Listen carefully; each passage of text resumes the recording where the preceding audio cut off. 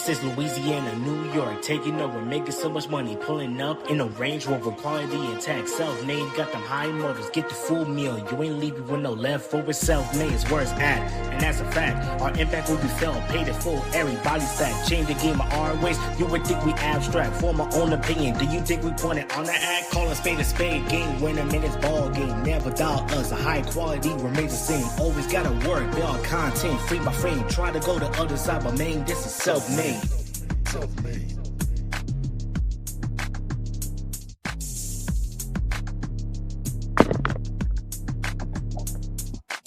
Texas, the whole arena.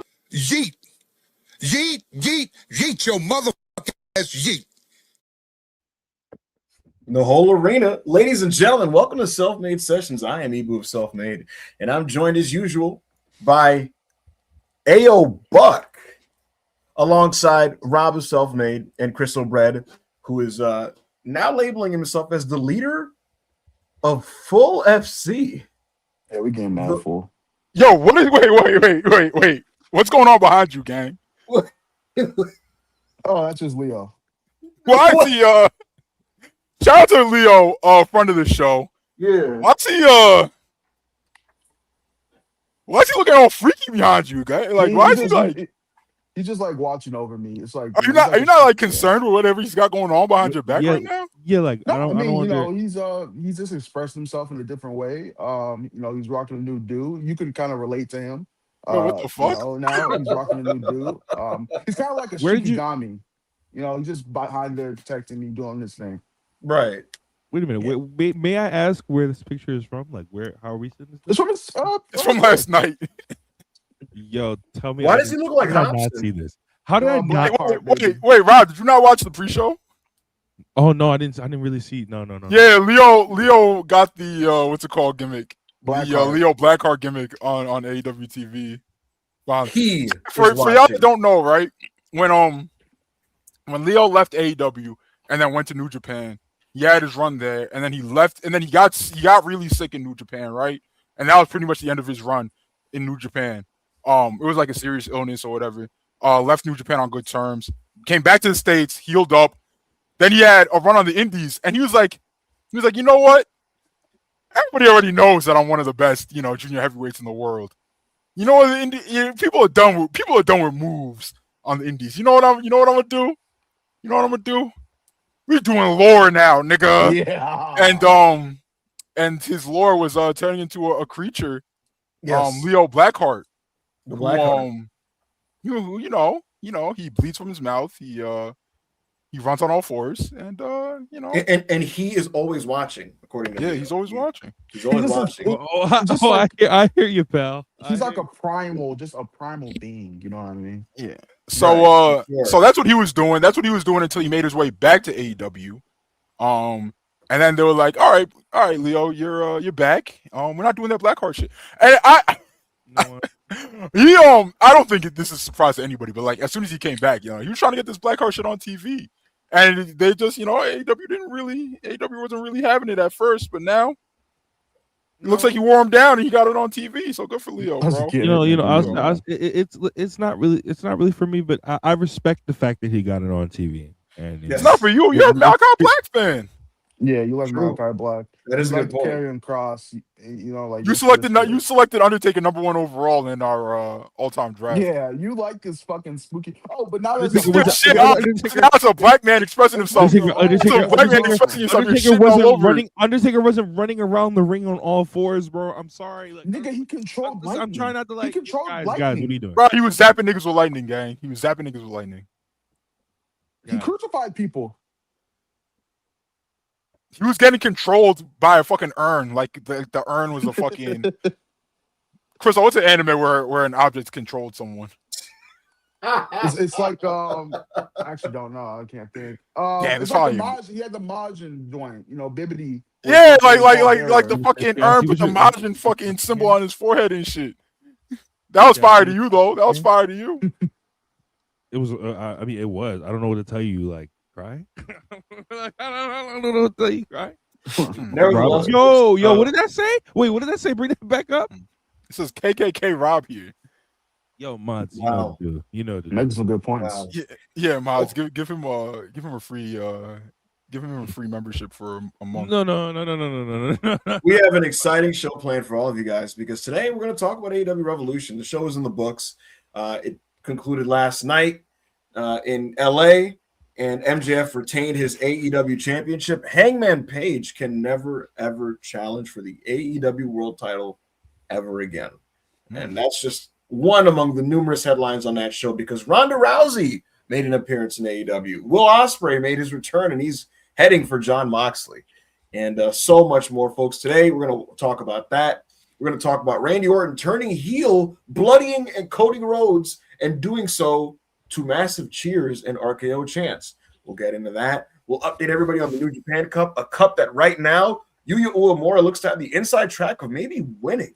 Hey, and chat, I have thoughts that need to be said about the New Japan Cup and the future of Yuya Uemura. Stay tuned. Very all I know, I don't know what AO's building to, but if he switches up and he if he switches up, bro, like switches up. Yo, like Wait, what do you mean by switch up?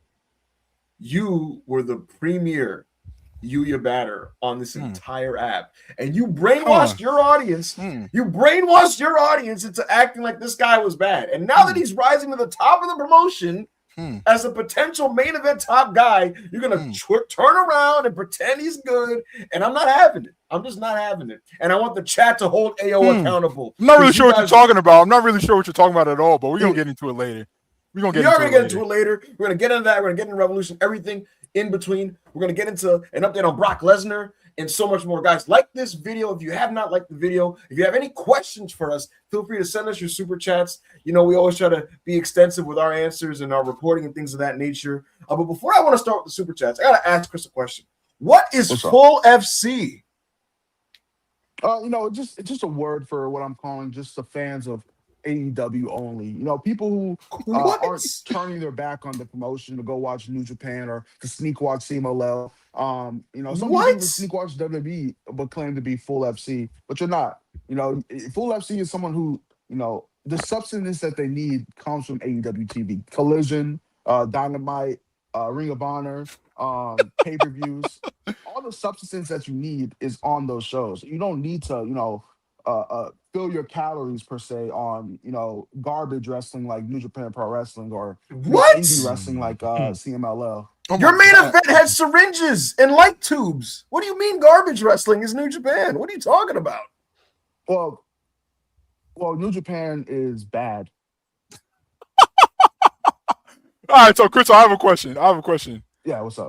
As someone who has been watching the New Japan Cup with a close eye, and tunes into CMLL, at least the Friday night show with decent regularity. Can I not be a member of Full FC? No, like I can't jack that. Pause. No, you can't, because you post clips from these CMLL shows and these other things, and it's just I can't respect it. I respect you as a person. Obviously, I love you like a brother, but as a member of this community, I'm trying to So wait. So I can't watch these dumb partner promotions and still be full just off the partnership shit? Like, no. What? You're betraying your people if you do that. Okay, so to be full FC, you have to consume exclusively all of AEW's content offering and be properly sustained and nourished from that content. AEW gives us what? About 2 hours and 30 minutes, give or take, of content a week. What more content do you need in your wrestling life? This isn't just a wrestling thing. Wait, it's 4 hours. It's way more than 2.5 hours. It's about 4 hours and 30 minutes is what I meant. I'm sorry, I'm just, my belly. But I feel you, big bro. I feel you. It's not quite. Stop talking to me, peasant. It's not just a wrestling thing. It's really just a thing of getting people to go out there and do more stuff with their life. When you're full off of 4 hours of wrestling, you don't have to go watch this other stuff. You can put your time into other things. Okay, Chris, anime. Chris, I'm gonna ask you a question, Chris. Yeah. Chris, I'm gonna ask you a question. So what? What if I'm an AEW fan that wants to watch Lucha? Yo, Mystico just signed to AEW. Chris, like, what if I'm an AEW wrestler that wants to watch some hard hitting, strong style action? Kazuchika Okada, the greatest New Japan wrestler of all time, is in AEW. That is true. But what if I want maybe some sports entertainment on my show? Hey man, MJF. Hey man, we got Harley Cameron. We got Cope and Christian. You got Cope and Christian. So what you're saying is just came back. So what you're saying is your menu has a little bit of everything. Is what you're saying? We have everything you need to. You like death matches? Why watch GCW when you can watch the main event of Revolution? What had syringes, like you said, barbed wire, tables, everything. We have everything. There's not one thing you can name from our promotion that we don't have. So Chris, what if I'm something else? What if I'm an 80s oriented fan and I want to watch some old school type of Young wrestling? Bucks versus FTR had a very old school vibe. Great work punches, blood, all that. Like, what else do you need? I guess so. I don't co-sign this. I don't co-sign this. I don't think the chat does. Well, you're a dork. No, I'm not. I support the business. I support the industry. WWE, AEW, CMLL, and New Japan. That's 4. You know why you're a dorky, dude? You don't know anything else about pop culture. You don't listen to music. Oh shit! What are you talking about? Shit. You don't know anything about anime. Everything you know is wrestling. This is I only have one thing. Christopher, I get to broaden my horizons. I was talking about the Oscars last night. You don't know who won a single Oscar. You know why? That's not true. One battle after another won an Oscar. For what? What Oscar did it win? Listen, Chris, this is bull. And that's my question. I'm a very cultured fan, and I'm not going to entertain this. I hope that you don't have any full FC members in the chat. And if I see them, you're lying to me. And we're going to go right into the super chats because I've had enough of this. Use a door. I support the industry. And I've been watching anime since before you were born. So I don't what is that coming from?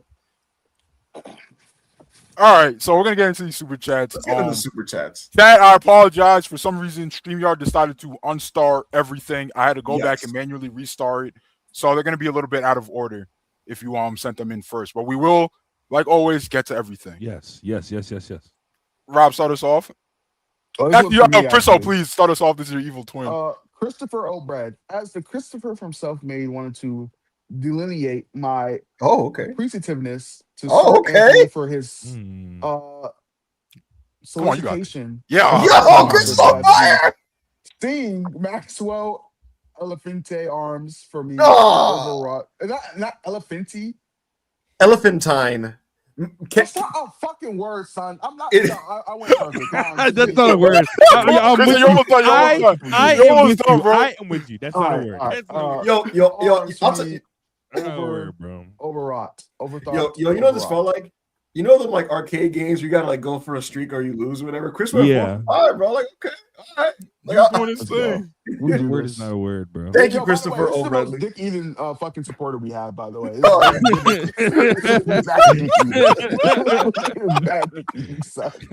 Hey, shout out Christopher O'Bradley. When Chris hit us with the delineate, I was like, okay. Yeah, nigga, we've been reading the Theosaurus.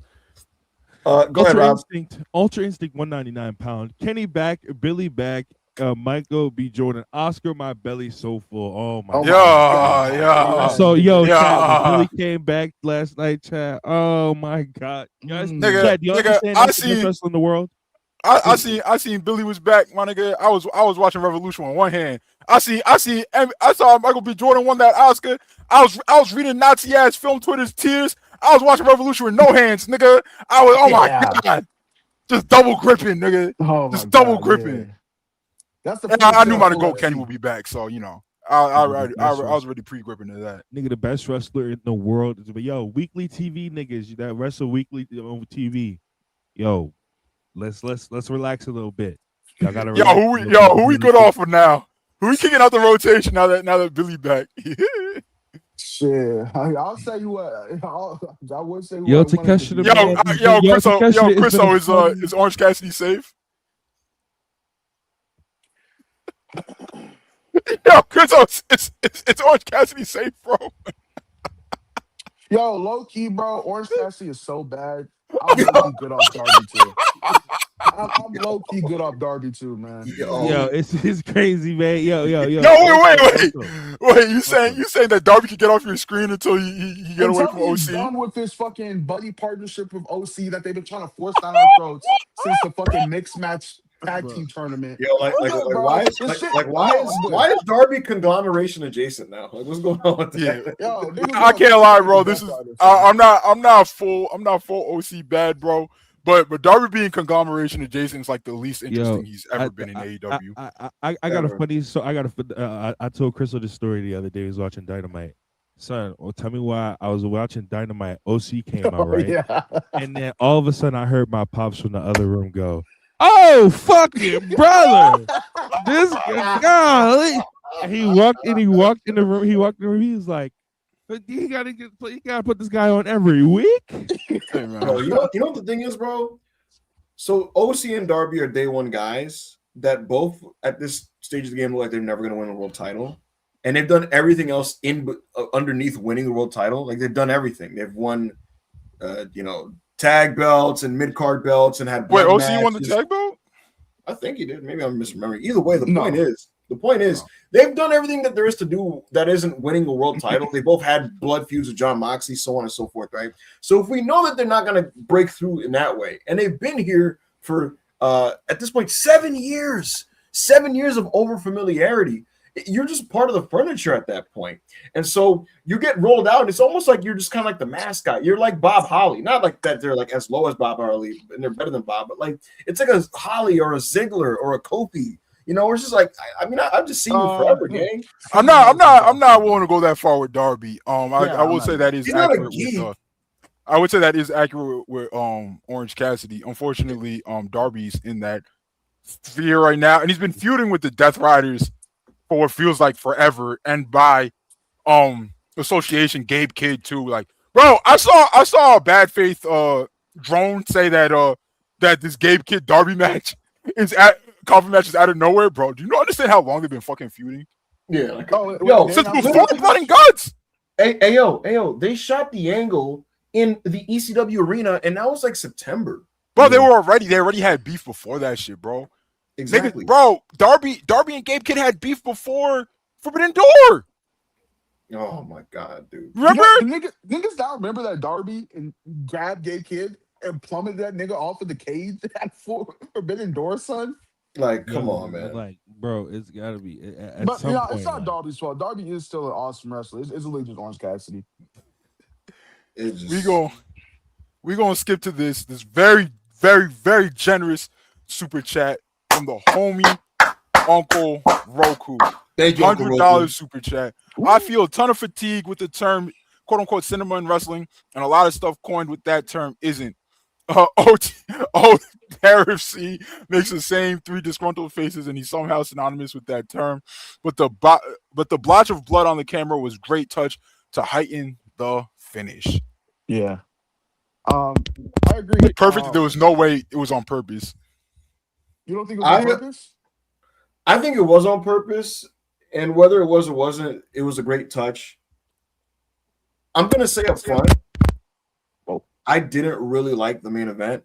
However, that finishing stretch, specifically like the way Max won and the way Hangman fell when Max let go of the chain and he hit the camera, headbutted with the blood, and Max is standing over his body, holding the championship, just talking his smack.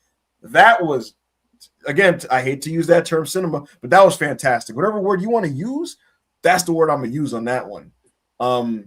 So I'll give it that. There were a lot of different sections and chapters and cutscenes in that main event. And truthfully, for the most part, at this stage of the game and my fandom, I'm not big on wrestling matches that have chapters. You know what I'm saying?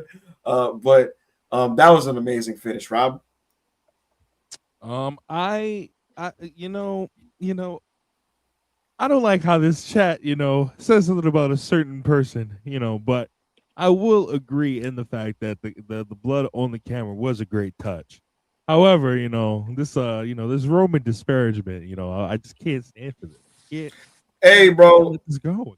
Rob, it's on your boy tonight because Raw looks kind of bad lineup wise, but he has to respond to Punk dogging his dead father. So I hope he's got some good ammo in response. Okay.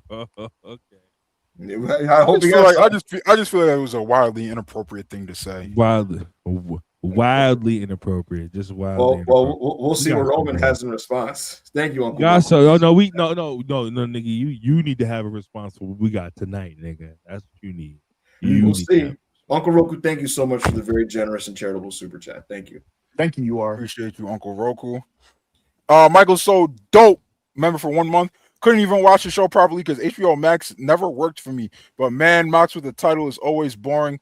Hated that finish. Man. Oh my God. Let's talk about it. Oh, go ahead, Chris. Oh my God. Chris. Yo, Chris, get your shit off. What happened? And what do you think?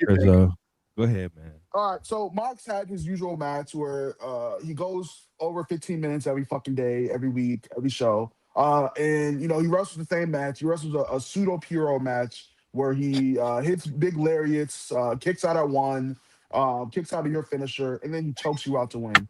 Takesha is a fucking dork now. He's literally the Dolph Ziggler of AEW now. Okada should dead beat him. He should not beat Okada because why the fuck would he be one of the only people to beat Okada? He's a fucking dork. And Moxley, I don't know why, after Moxley had one of the worst top guy runs that I have ever seen and anyone has ever seen with the start of the Death Rider stuff, for 6 months, had one of the worst run. But then he had 4 magical months after Dynasty, right? Where everyone was like, oh, he turned around. I don't know why. Motherfucking stop. It was okay to be like, yeah, he's the best wrestler in the world. No, you don't get to be the fucking best wrestler in the world. Yo, some niggas will scream. Bullshit. You don't get to do it. No, it's never happened in any fucking sport, ever. Tom Brady never threw 30 fucking interceptions, and then niggas, when he got to players like, yeah, he's the best quarterback. No, it's never happened in any sport. So why is it happening in wrestling?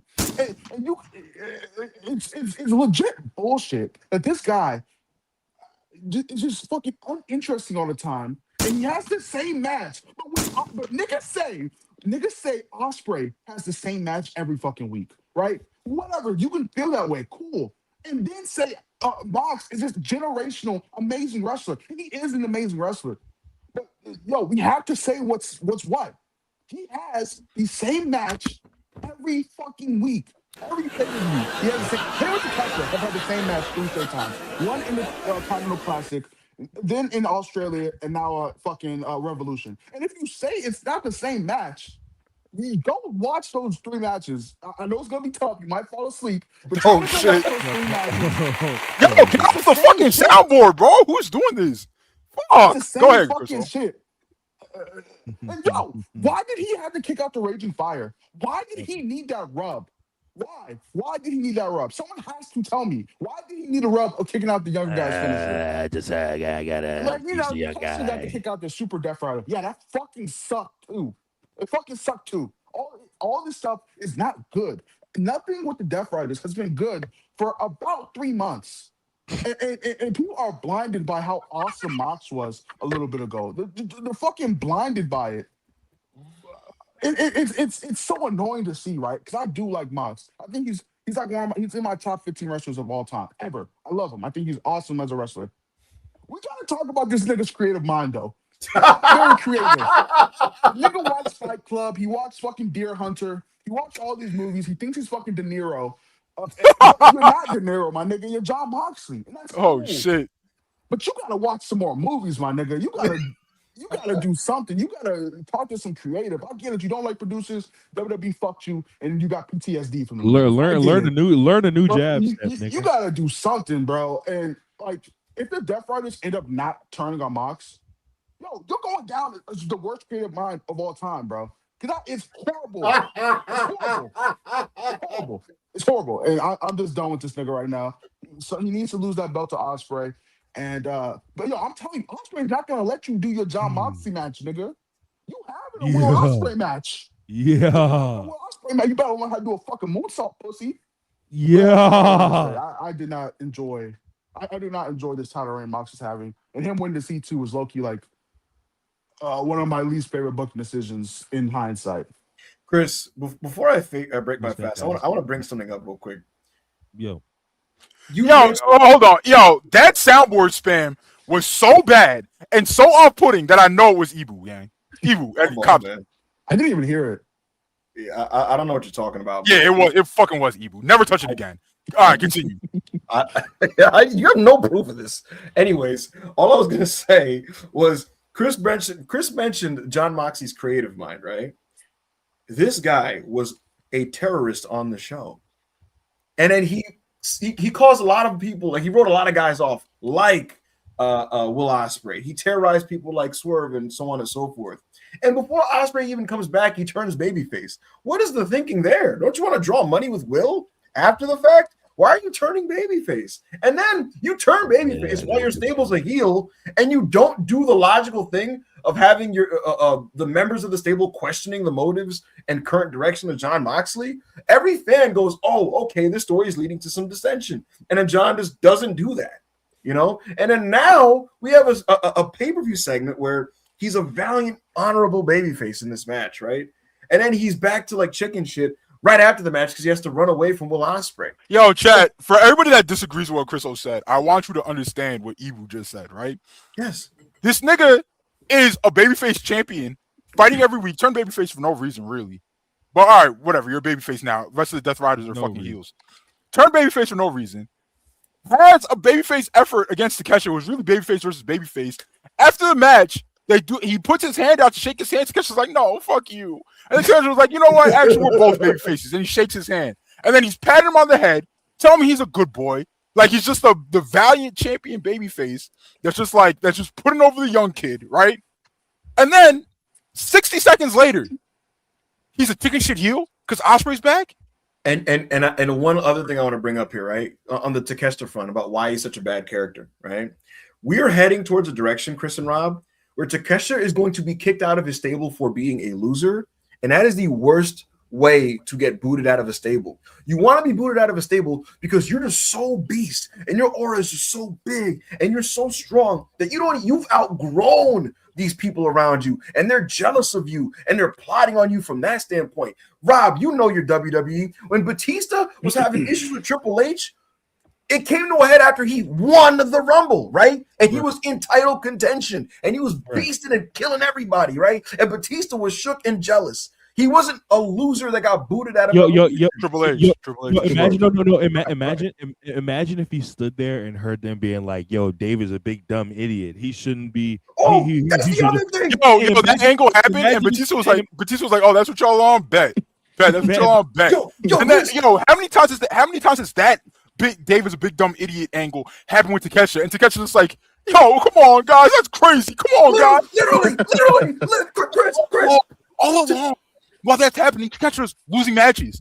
Bro, Quite literally took the screwdriver, the Don Callis family screwdriver, and hit Takeshita in the head with it.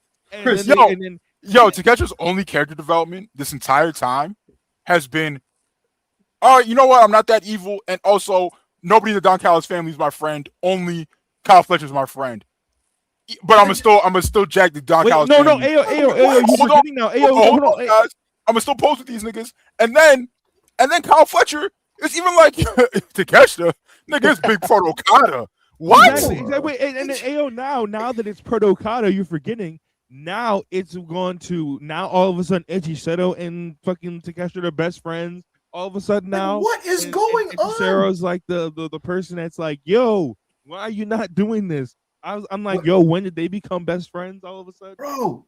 Batista bet $100 on Triple H. I'm gonna finish my match quicker than you, and impressed him when he did it. He's like, "Yo, I squashed that nigga. Where's my money?" The second he heard them talking smack, he Batista bombed Triple H to a table. Chris, what does Takeshita do when the DCF talks crap about him? He just stands in the background looking sad, just looking sad. Okada quite literally goes, "Fuck to Konosuke Takeshita."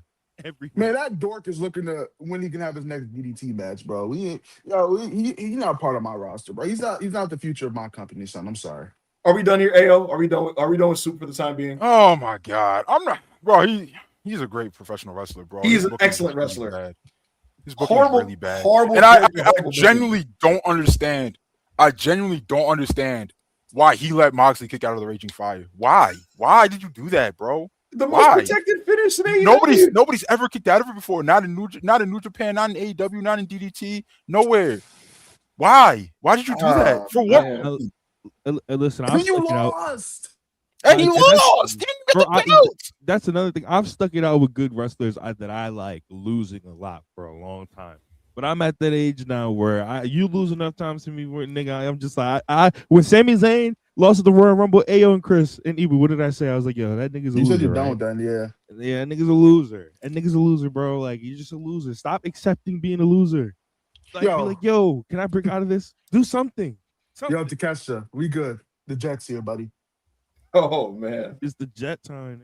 No, but hey man, all I know is Takesha used to be a head and shoulders above Kyle Fletcher, and then they started going meat for meat, and now Takesha's getting thoroughly out-meated by the Proto Meat gang. And you remember this, Chris? I tweeted that Kyle is significantly better, and Twitter got very mad. Niggas got really mad. Niggas got very mad at me. Yo, we all four of us know what it really is with that conversation. I mean, yeah, but we know. We know what it is. But yeah, the same people got worked by that Cinnabon gimmick.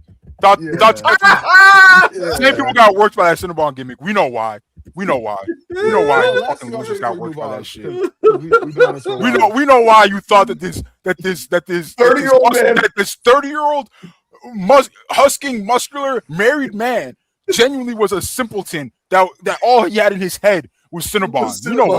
We know why. All right, but yeah, last thing I'll say before we move on, because we've been on this for a minute, because it is a good super chat. My issue with Mox Takesha different. Mox is all his doing. Takesha is just his booking. But yeah, yes, yeah. Thank you. I'll do one more super chat. I'm gonna go eat. On your ass. Let me find an easy one. This is a good one. Ayo, could you find that? There was an MJF question that I wanted to answer. But anyway, I'm Johnny Burney, 999. If I had to list the top 5 all-time wrestling acts in North America in terms of match catalog, Angle, HBK, Styles, Bryan, and the Young effing Bucks, they were the heart of the show last night, and no team is equal to them. Well, you know what, Johnny? It's hard to really argue.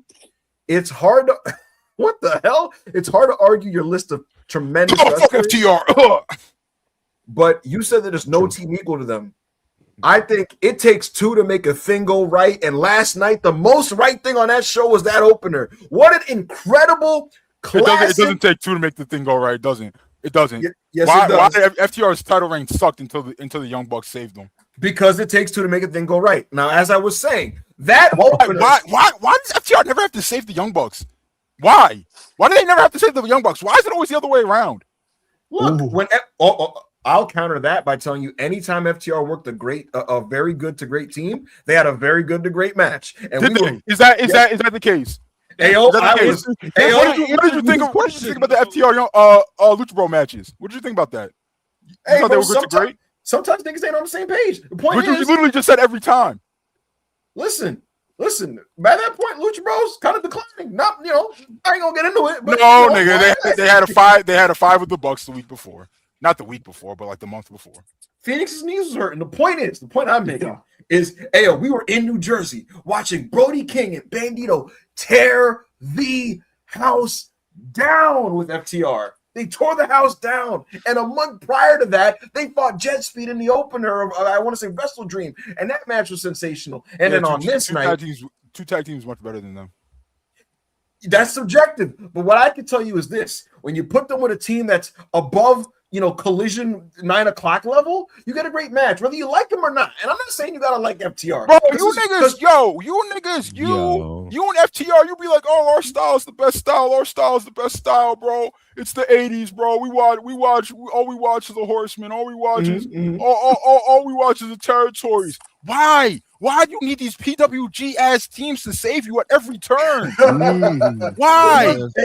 What I would say is they have had one standout tag match with a non-PWG team in AEW. You know what FTR is?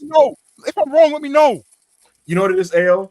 FTR as a team in AEW. They're the guy at work that goes, anybody got a Samsung charger? And everyone looks around and people shaking. No, one guy goes, yeah, I got one. And they're like, No, Galaxy S4.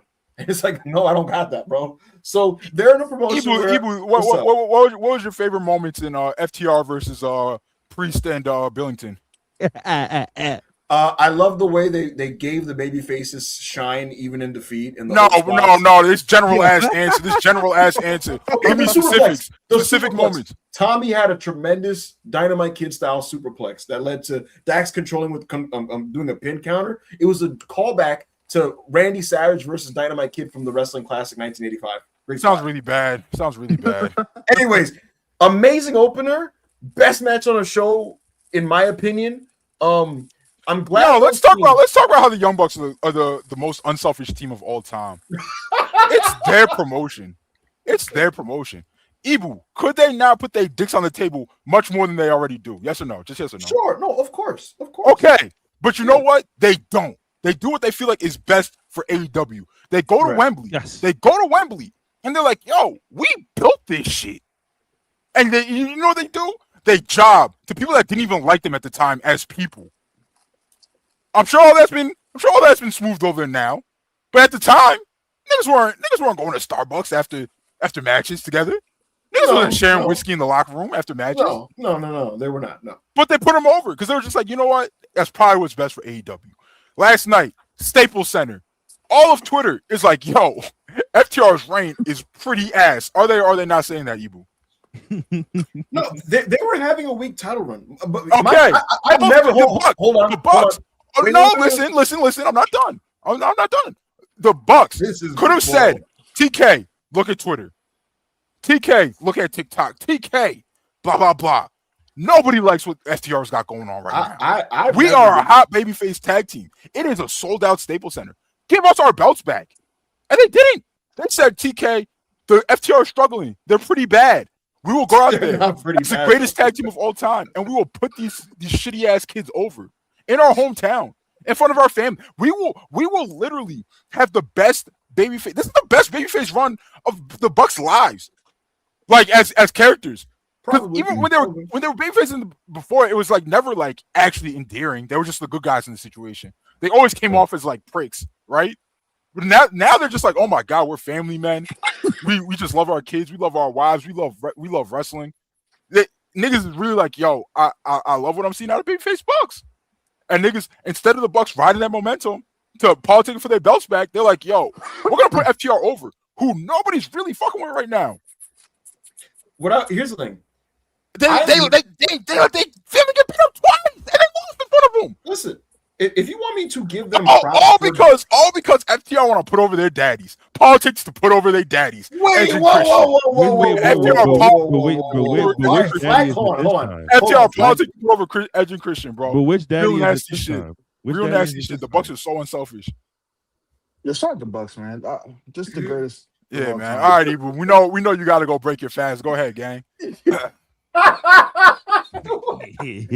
know what AO did there? He ran out the clock. He was on the field, time of possession. He just used up the rest of the time. So I'm gonna kick him, and then he kicked the field goal, and it said, "All right, good, GG." All right, Ibu, good talk, bro. Good talk, bro. Go ahead and break your fast, man.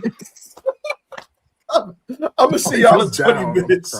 Go ahead and break it fast, gang. Yeah, I'm gonna see y'all in a bit. All right. So we're gonna hold it down. Who has YouTube open? Rob, you have YouTube open? Yes, I do. Go ahead and put in the chat that Ibu's breaking his fast and pin it, please. Yes, let's get to some of these super chats. Mike M, $7 Canadian. Let it never be forgotten how much the Young Bucks had to give FTR over. Had to get FTR over and give CNC and the hashtag top guys heat. Hashtag gracious goats. Yeah, we just touched on that, but it's just like, bro, they are so unselfish, bro. They are so unselfish. FTR, when they were doing that belt collector gimmick, Gato wanted to put the belts on the AEW tag team. The AEW tag team in question was the Young Bucks. Gato said it himself. And he said, you know what? And the Bucks said, you know what, Gato? As much as we would love to be IWGP Heavyweight Tag Champions again, you know, I think this would serve FTR better. This happened. It's on record. They let them have the belts, and then they let them have a Tokyo Dome match with Bishamon. And then you know what the Bucks did? The Bucks thoroughly outmeted that Tokyo Dome match on a random rampage. on a random rampage, bro, because they're the best tag team of all time, and that's what we do. Ever, man. All right, it is up. Ibu is gone. We're back. Mike, I can't see. I don't. For some reason, I don't see how much money it is. So could y'all say it's $7 Canadian? $6.99. $6.99 Canadian. In your opinion, what percentage of WWE staff and talent would admit off the record that AEW is a higher quality product right now? I would say like 25%. I mean, I don't. Anything I say would just be a pure guess. So we'll save that. We'll save that for Ibu. Yeah. Nat, 2 pounds. Sammy owns the BTB, by the way. Blue Thunder Bomb. The Blue Thunder Bomb, yeah. Taka is a geek. Hashtag I love WWE. Look. If you want to take moves away from Takeshita and get them to someone else, hey, bro, I'm not here to stop you. What he's got going on right now is crazy. But to do it in the name of Sami Zayn, who's an even bigger geek for even longer than Takeshita, is crazy. Who else does the Blue Thunder Bomb? At least Takeshi's still over. Sammy getting booed. That's Akiyama shit, right? Akiyama invented it, yeah. That's Akiyama's move, man. Them other niggas need to stop doing it. Ricky Sosa's finishes the Blue Thunder Bomb. We actually finished matches with that shit. You know what? We're gonna give it to Ricky Sosa. Shout out to young Ricky Sosa. That's your move.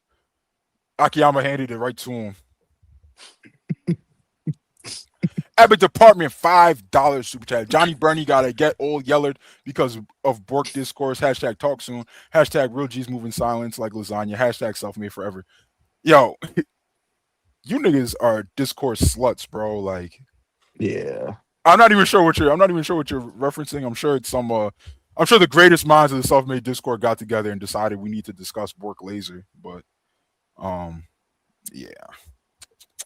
Oh, he's talking about it was Johnny Burney's super chat that had Ibu give that report or whatever, and people are like purposely not understanding what Ibu said or just deciding that like lied.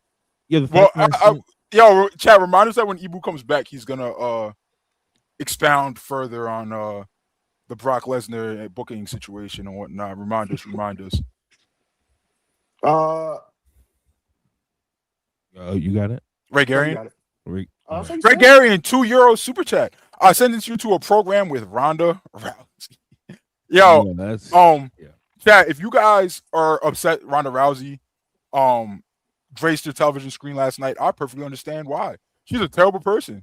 She's racist. She's transphobic. She's a Sandy Hook denier. I'm sure she's a whole lot of other things, right?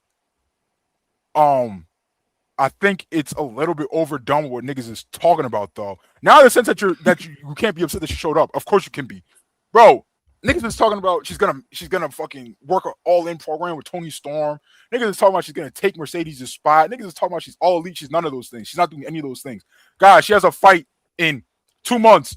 She has not taken a bump in 2 years. She is not training in wrestling. She's not coming to AEW. She lives in Los Angeles. Marina Shafir is her best friend. She showed up to AEW to support Marina Shafir. AEW put her on TV because it's Ronda Rousey and she's objectively extremely famous.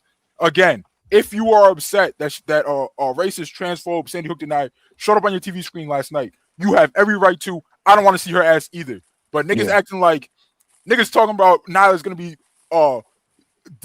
cats of the shadow realm and everything. AEW is never gonna platform queer talent ever again. Niggas acting like Ronda Rousey is gonna be on Dynamite every week now. None of those things are happening, bro. None of those things are happening. All right. So let's all just let's keep the main thing, right? If you're upset that she showed up on Dynamite, yeah. But like fantasy booking things to also be upset about, like that's come on, gang. Yeah, like she's gonna maybe have one match, right? Just because it'll probably pay it off. But she's not gonna be signed. She's not gonna be getting real creative. Like, you know, I get it, bro. The current political climate of our country is crazy. And she's like objectively women Alex Jones.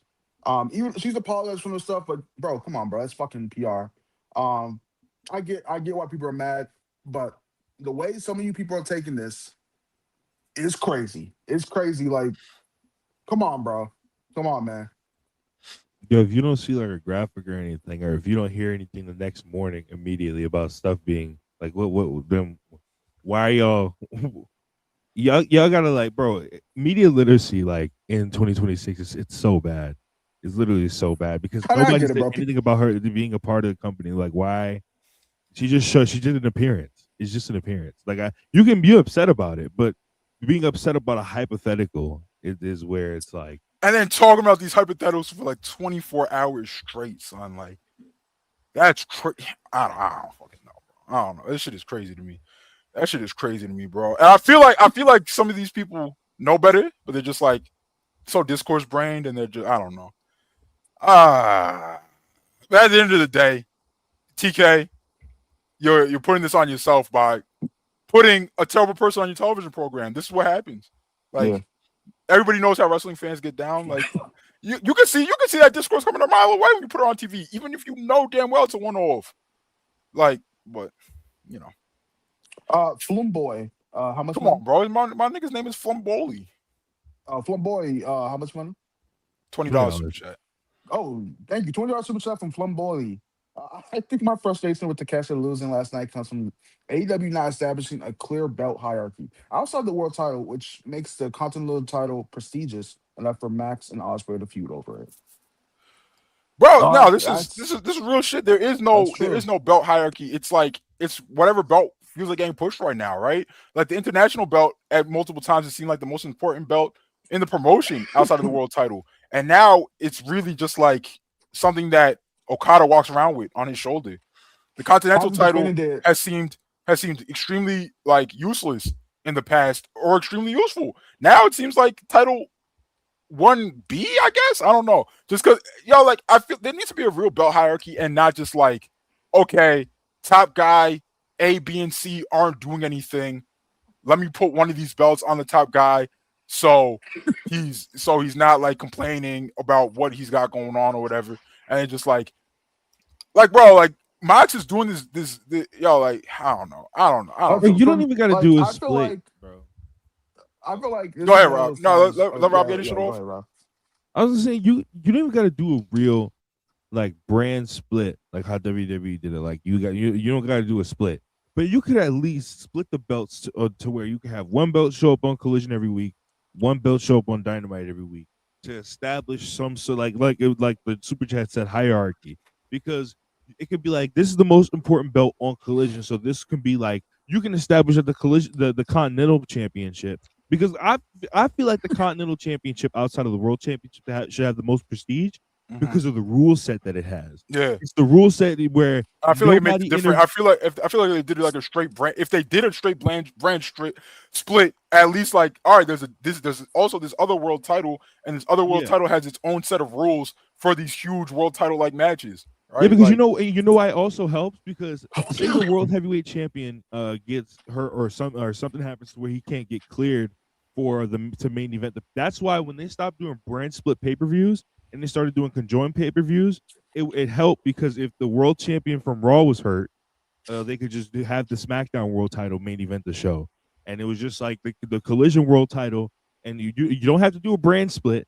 You could just have a title. So if somebody wants to go to Collision title for something, and go to Collision, or but you can go back and forth. But we got to have some sort of establishment, because I don't know. I think like, to play devil's advocate and everything, I think I've been an advocate of a brand split for years in AEW.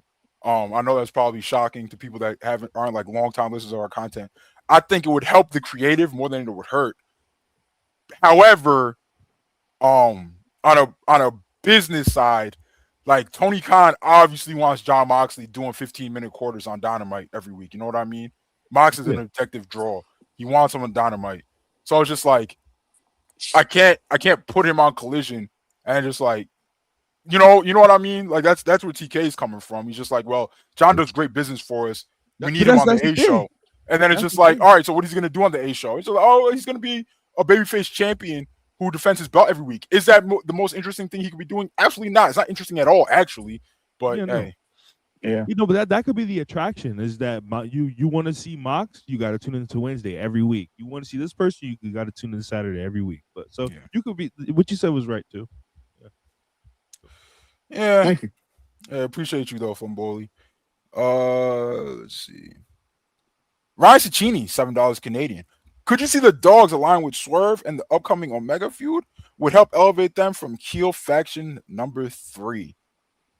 Nah, I'd rather not do that. I think they would be best off if everybody involved would be best off if they did their own thing.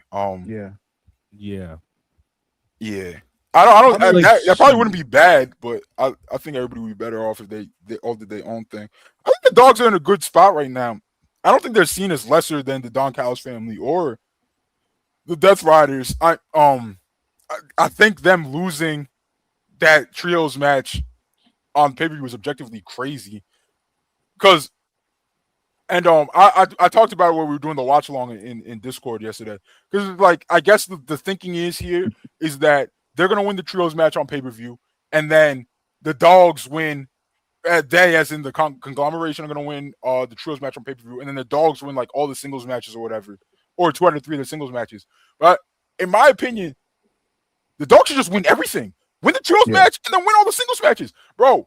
Ebu touched on it earlier. Orange Cassidy has reached the heights that the Orange Cassidy is going to reach in AEW, right? Like he's done everything he's going to do. Anything else is just going to be more of what he's done in the past, right? Darby Allin, could he be world champion one day? Absolutely. I don't think he's done everything he could do. But however, Darby is not someone who gets hurt by losing. If anything, him losing, and then cutting a promo or just like running off a streak of matches would help him on his eventual world title chase. And then Roddy Strong is a guy who's just like never really been that protected to begin with in AEW. They all could have lost. What did any of them gain by winning a trios match on pay-per-view? Nothing. You know what I mean? Yeah. I already find the dogs way more entertaining than the Death Riders. Yeah, me too. And low-key the Don Callis family. It depends what the Don Callis family's doing. Yeah, when it's just catch the surrender, give me the dogs. But when it's like what happened on pay-per-view with the trio with Okada, Fletcher, and Mark, that's just awesome too. But that trio is nasty too. We're gonna get into that. Yeah, I don't think they should do that at all. I think David Finley's his own guy, and him being like a second to Swerve would be kind of too much for me. But yeah, hopefully the dogs beat the fuck out of Orange Cassidy in coming weeks. My thing, bro, it is Ramadan. He is breaking his fast. It's the last day of Ramadan. Relax, gang. Your daddy's gonna be back in like 10 minutes. It's gonna be okay. I was gonna say the last thing. I think with the like I said, we don't need to see them join up with Swerve. I think with this new seemingly mogul embassy thing that they're building, I think it should be a thing that should catapult us into the next decade in terms of moving talent up in AEW. I agree. Should be like on some bloodline shit, like the way it elevated some of them. Not on some bloodline shit. I mean, like the way it sent some people. Yeah. It objectively gave Jimmy the Rocket. He gave Jay the Rocket. Model, gave the Usos the Rocket too. The Usos main event WrestleMania off the back of the bloodline, right? Yeah. Solo's still living out that shit. Yeah, Solo's still eating off of the bloodline shit. So. Now I get what you mean, Rob. Jake does memes. How much? Sorry, I can't see. $5 super chat. Punk finally gets his huge night 2-man event, and the tickets aren't moving like they used to. Might just be his best Bret Hart tribute yet. I'm fucking crying.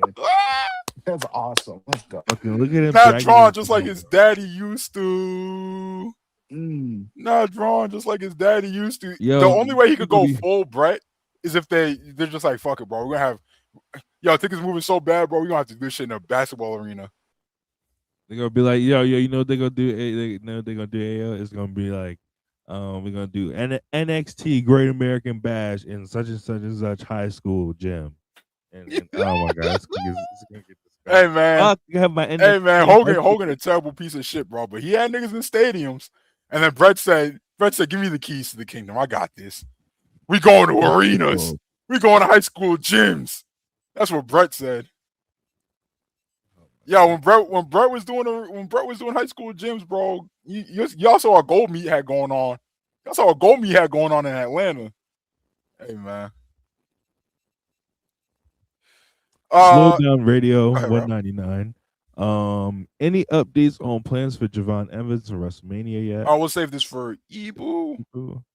as someone who just like watches WWE through clips, I would assume he's in some kind of multi-man where he can just get his shit in. But we'll save that for Ibu.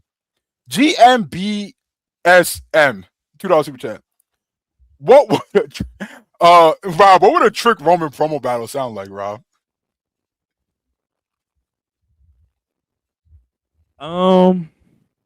Yeah, I would have to do that. That would be something I would have to do with Ibu. That would be something I would have to do. All right, we'll save that. We'll save that for because Mrs. Erica Brett, $2. Who needs vaccines when Ronda Rousey has aura? Of course she's an anti-vaxxer too. I didn't even know this. What did she say, chat? What did she say about vaccines? Of course she is. I feel like that's a very slippery slope, though, guys. A lot of y'all favorite wrestlers are anti-vax. I'm not gonna say it. I'm not gonna say who. Hey, what she say? What she say? She hangs out with anti-vax. I mean, she was in the fucking UFC, bro. Of course she's fucking anti-science. Let's see here. Brandoa. Go ahead, Rob. $2 super chat. Brandoa $2 super chat. Time to freeze TK's bank account. Come on, guys. Bro, I thought Revolution was mad fun yesterday. I couldn't get my head around some of the booking decisions, gang. Like, all right, like Tony Storm's go home promo. Oh, was it the go home promo or was it the promo announcing the Revolution match? It was one of them. I think it was the promo announcing the Revolution. It was announcing it. It was announcing. It was literally that Marina's been on her dick for so long. We're finally going to blow this match off. We're finally going to blow this feud off in LA. They have a match. It's perceived as Marina's best singles match in AEW. Tony gets the win. I feel like you take that W, you put it in your back pocket, everybody shakes hands and goes their separate ways. Later on in the night, you're telling us they're having a no-holds-barred match. Yo, and niggas, it was Anjan. The homie Anjan was like literally said to us, yo, it's kind of weird that this is just a one-on-one, non-stip singles match, right? And I replied to him, I was like, yeah, it is weird because they've been feuding for so long and they've had multiple stip matches in this feud, multiple. So I was like, yo, it's kind of weird that this alleged blow-off, Tony Storm told us it was the blow-off. It was a one-on-one singles non-stip match. I said it was weird before the match. And then later on the night, they're like, actually, the blow-off is a stip match this Wednesday. Why? This is like last year when they did the Mox Cope match, and we thought that was the last match because they did the Christian angle, and then 2 weeks later they were like, actually they're having a street fight, y'all. 2 weeks later, it's late the same. Ready for street fight? What? Yeah, bro, he's deaf riding niggas and Tony Storm. What's up? I am Johnny Bernie. $3 maybe. $2. $2 super chat. Don't know what to make of Stats run. TK gave up. I thought the match was pretty good yesterday, and I actually thought Stats work leading up to the match was really good. Like maybe the best stuff she's done in a while. I feel like people are too reactionary when it comes to certain things, like people losing titles. Oh, is TK done with them? I mean, yeah, he's probably done with her being the contender for the world championship right now. But I mean, it doesn't mean he's done with her. Being a top woman in the division, still going out there and stuff, having other feuds. But I get it with women. It's because he's not the best booker of the women's division, and he has a very slippery track record when it comes to it. But I think Stat actually comes out better after losing to Thekla and all that stuff. Just coming out of it, you know what I mean?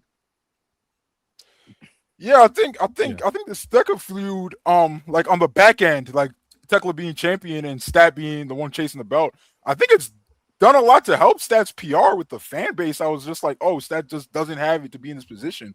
What I didn't realize was how many people just assumed that Stat was winning this match. I don't know why. Like I wasn't told who the winner was going to be, but I always assumed that Thekla would win. I don't know why people thought this was going to be like a one feud, like 1 month long reign or whatever. And the fact that Stat didn't win the title back means that she's like, TK gave up on her, and and she's going to NXT or whatever the fuck. Like, I don't think it means any of that shit, bro. You know, like not every title reign needs to be a year long. Yeah, she already beat Mercedes and Toni Storm. She beat the top 2 women in the division. Yeah, and she lost someone who she elevated. She elevated fucking Tekla.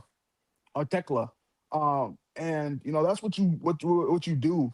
And hopefully we have to see. You know, she's probably gonna take a break because she's been doing this for a couple months. She's probably gonna take a break. But when she comes back, if she does take a break, we gotta see what happens from there. Bro, it's just like niggas can say whatever they want about Stat, but how many women in the division could get Tekla to where she is now? How many? Yeah. There's Stat, there's Willow, there's Toni, and there's Mercedes. That's it. Mm-hmm. Nobody else could. So it's just like, so what did that say about Chris Statlander? She said she's one of the best in the world. Did I love her world title reign? No. And from a character, I love the matches, and I love the matches. I love the bell to bell, and I wish the matches had more heat from the crowd. Right. Did I love everything else? No, I didn't. Right? Like a lot more could have been done, right? But it's just, I feel like I don't think it's 100% a Tony Khan problem. I feel like, you know, Stat just didn't really have an interesting character. Like she would tell us she's the cosmic killer and whatever. It's like, all right, that's great, but it's just like I don't think this is like the most interesting thing or something that fans are gonna get behind or something. Like I don't know. I feel like Athena too, Chad. Athena too. She's just in fucking ROH Azkaban right now, so yeah. That's what I think. Probably not. Never mind. So just I don't know. Hopefully it's for the better. But her getting cycled out isn't a bad thing. Like people, fucking everyone. People, I think she should have a more personable approach on TV instead of being like this like indomitable woman character that she was doing. Because it just doesn't. Because AEW fans love Chris Statlander, right? They love Chris Statlander. They think she's a great wrestler. She's day one. They know she loves the company and shit. They love Chris Statlander, but her character wasn't something that people could get behind at the time. So it's just like, all right, we love Stat, but just like, you know, give us something to cheer for. And I think if she was like more personable, like in those interview clips that we saw, it would help her out a lot more with her connection to the crowd. Mm-hmm. Yeah. Thank you. Appreciate you like always, Johnny Burney. The homie Les, $5 super chat. How many matches would you take off AEW pay-per-views to make stronger TVs? That's a good question. I also think it's kind of hard to answer that right after Revolution because it was so long since the last pay-per-view at this point. Like it's the middle of March. The last pay-per-view was December, right? And I feel like the TVs have been really strong. We've been getting pay-per-view like matches on TV, like Kenny Swerve, Andrade Dorada, a bunch of them, right? Like who else? Andrade Hangman. Yeah, like we've had a bunch of like real like pay-per-view ass matches on the TVs. But like all right, let's look at the Revolution card. Let's say that there wasn't this long ass build at the Revolution and it was just like there was a pay-per-view like last month. What could realistically have been saved for TV? That's what I'm thinking about. I mean, there's just like whether you like it or not, the culture in AEW is to be like, okay, this person is over, or this person works hard for us. Let's find a way to get them on the pay-per-view because they deserve to be in that arena on that arena show too. So it's just like that. It started with when there was only 4 pay-per-views a year. It's just like, all right, there's only 4 of these things a year. We have to get everybody on.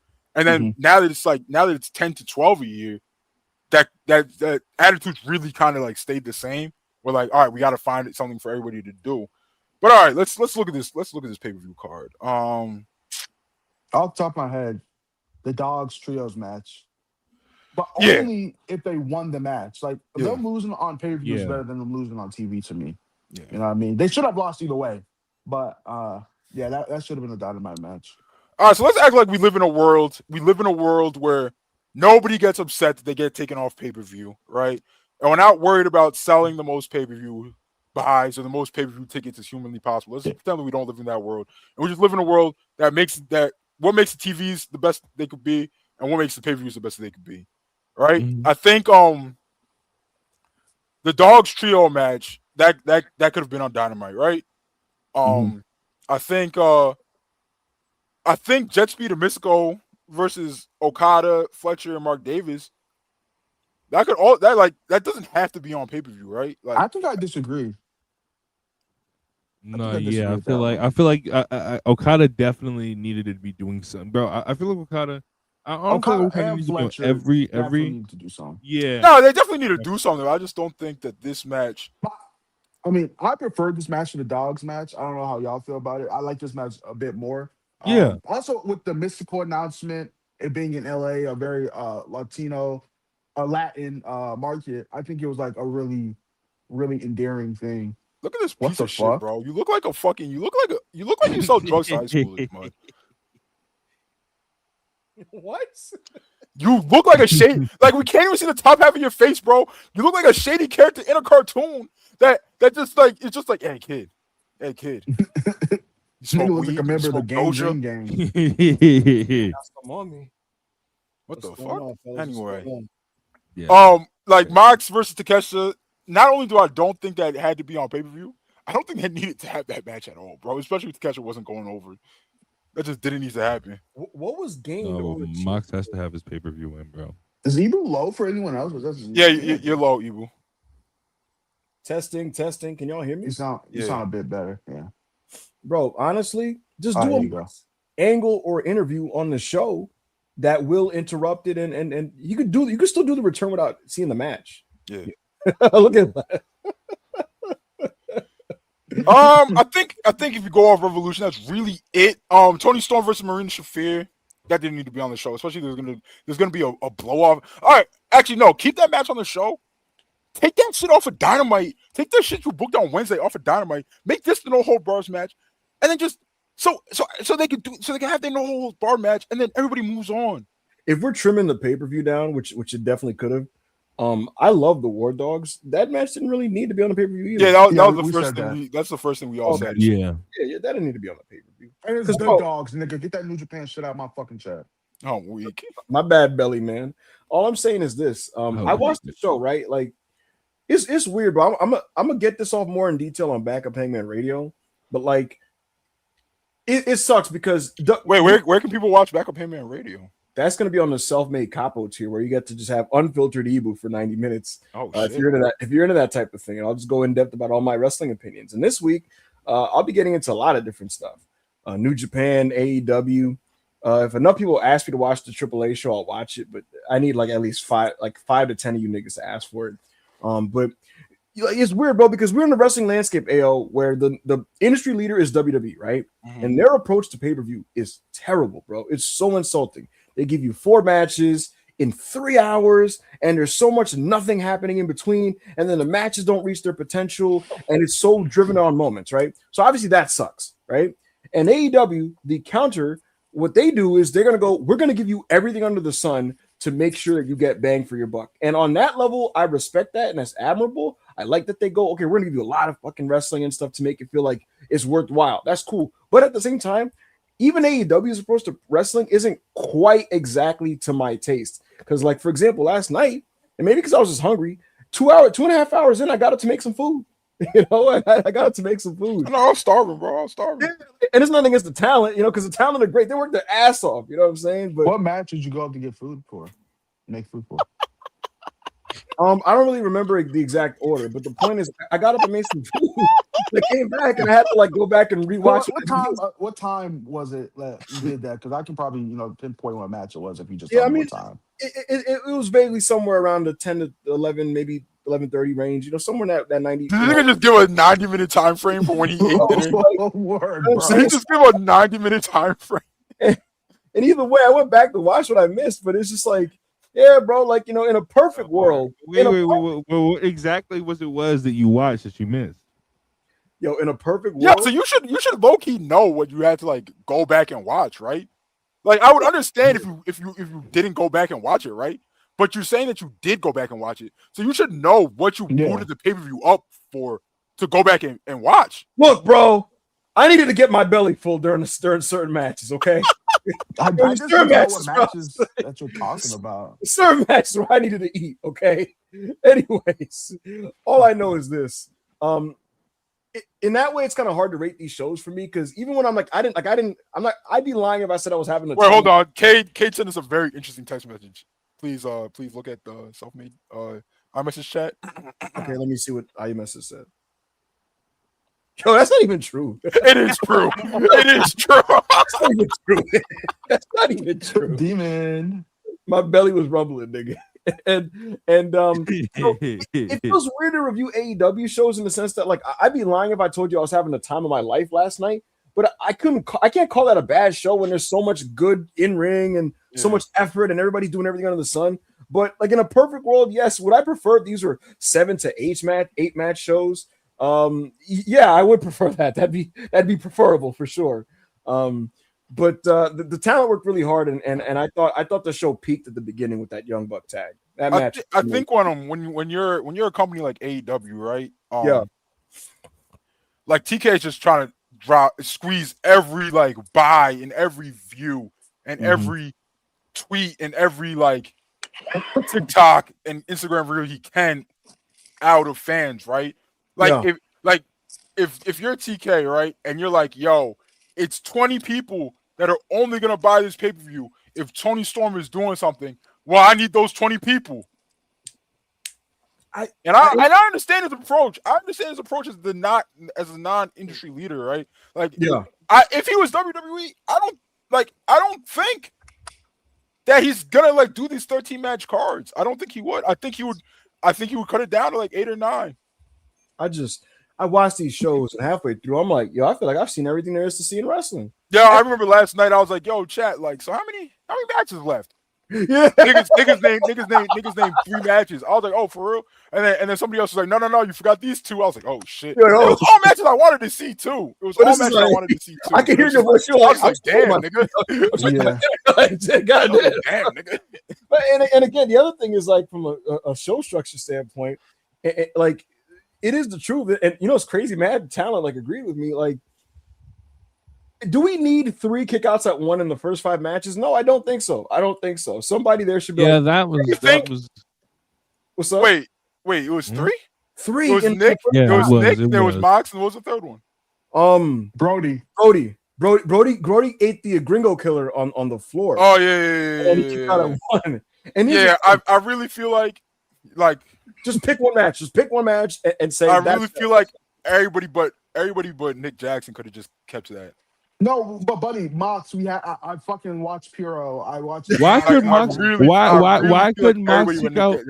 No, buddy, I watched Mad Suzuki. I watched Mad Tenryu. I love Kojima. Yo, Chad, I want you to understand, right? If you don't agree with anything we said about Mox, right? That's your right. We're just 4 ignorant blacks with opinions, right? But there's no way you thought he needed to be the first person ever to kick out the Raging Fire, do another kick out spot at 1, and then also win the match. And then do a valiant babyface act after the match, and then immediately turn into a chicken shit heel when Ospreay's music hits. And here's the thing about it. There's no way you thought these 5 events were good and necessary. It's because everybody's trying to have the Wrestle Kingdom main event, and you know how you can streamline this problem, AO? What you just said, which is if Mox and Takeshita had that main event on a Dynamite, and that was the 4-star, that was the match of Dynamite or whatever. Boom, that works. When it's like number 2 out of like 7, and by the end of the night, it's like, nigga, I've seen every spot there is. I've seen niggas fall on concrete and literal explosions. Oh yeah, it was Takeshita that kicked out on 1. It was Takeshita. Yeah. I remember the spot now. It's just a lot. Niggas could have kept all that, bro. Niggas could have kept all that. No, I swear Mox didn't kick out at 1. Mox didn't do a kick out at 1. Did they trade? I don't know. Did they not trade kickouts at 1? I swear they traded. But it wasn't. I swear they traded. It wasn't finishers. They kicked that at 1 at. Well, they were kicking out. It was like neither was the cop killer. Yeah, but that was on fucking concrete. Yeah, I want to say about that match, by the way, that was really good and borderline underrated in the sense that like I didn't know how good that was going to turn up. Like in the context of the show, I didn't know where that was going to measure up. Thought it was one of the better matches of the night, and I also got to say, you know, Brody and Swerve were really different styles. However, they were able to mesh their styles, and Swerve was able to make Brody look really good and really dominant without compromising his own credibility. Like he didn't have to do the Ric Flair chicken shit selling or the begging off and the hands up to make Brody look strong. You know what I mean? He didn't have to sell like a chicken shit heel. No. So yeah, what's up? Chad, You know what I just realized? Nick Jackson kicking out the BTE trigger at 1 was a callback to the Bucks versus Hangman and Revolution. Omega. Yeah, I peeped that immediately. You didn't? I peeped it. Yeah. I got you muted because you be tweeting about New Japan. So, what? That's so reminds me of that shit. so nasty. Yo, chat. I want you to understand. We have a group chat called R&P, and Ash, our good friend Ash is in that. Oh, this is God. This is so. Ash is not having a good time during the main event. This is so bad. And Ash was just like, yo. Ash was like, yo, this shit is garbage. I still got my beloved New Japan Cup, though. It's going to cleanse my palate. And Crystal said, oh, brother, you fucking weebs are losers. I'm not going to stay in here and talk wrestling with Ash Uchiha and Ibu Usagi. And then he left the chat, bro. Yo. He said, you niggas are weebs. I don't want to talk ball with you no more. Yo, we reverse belly fold this nigga out the chat, bro. yo, Ash is like, yo, AEW ass. I was that like, was so nasty.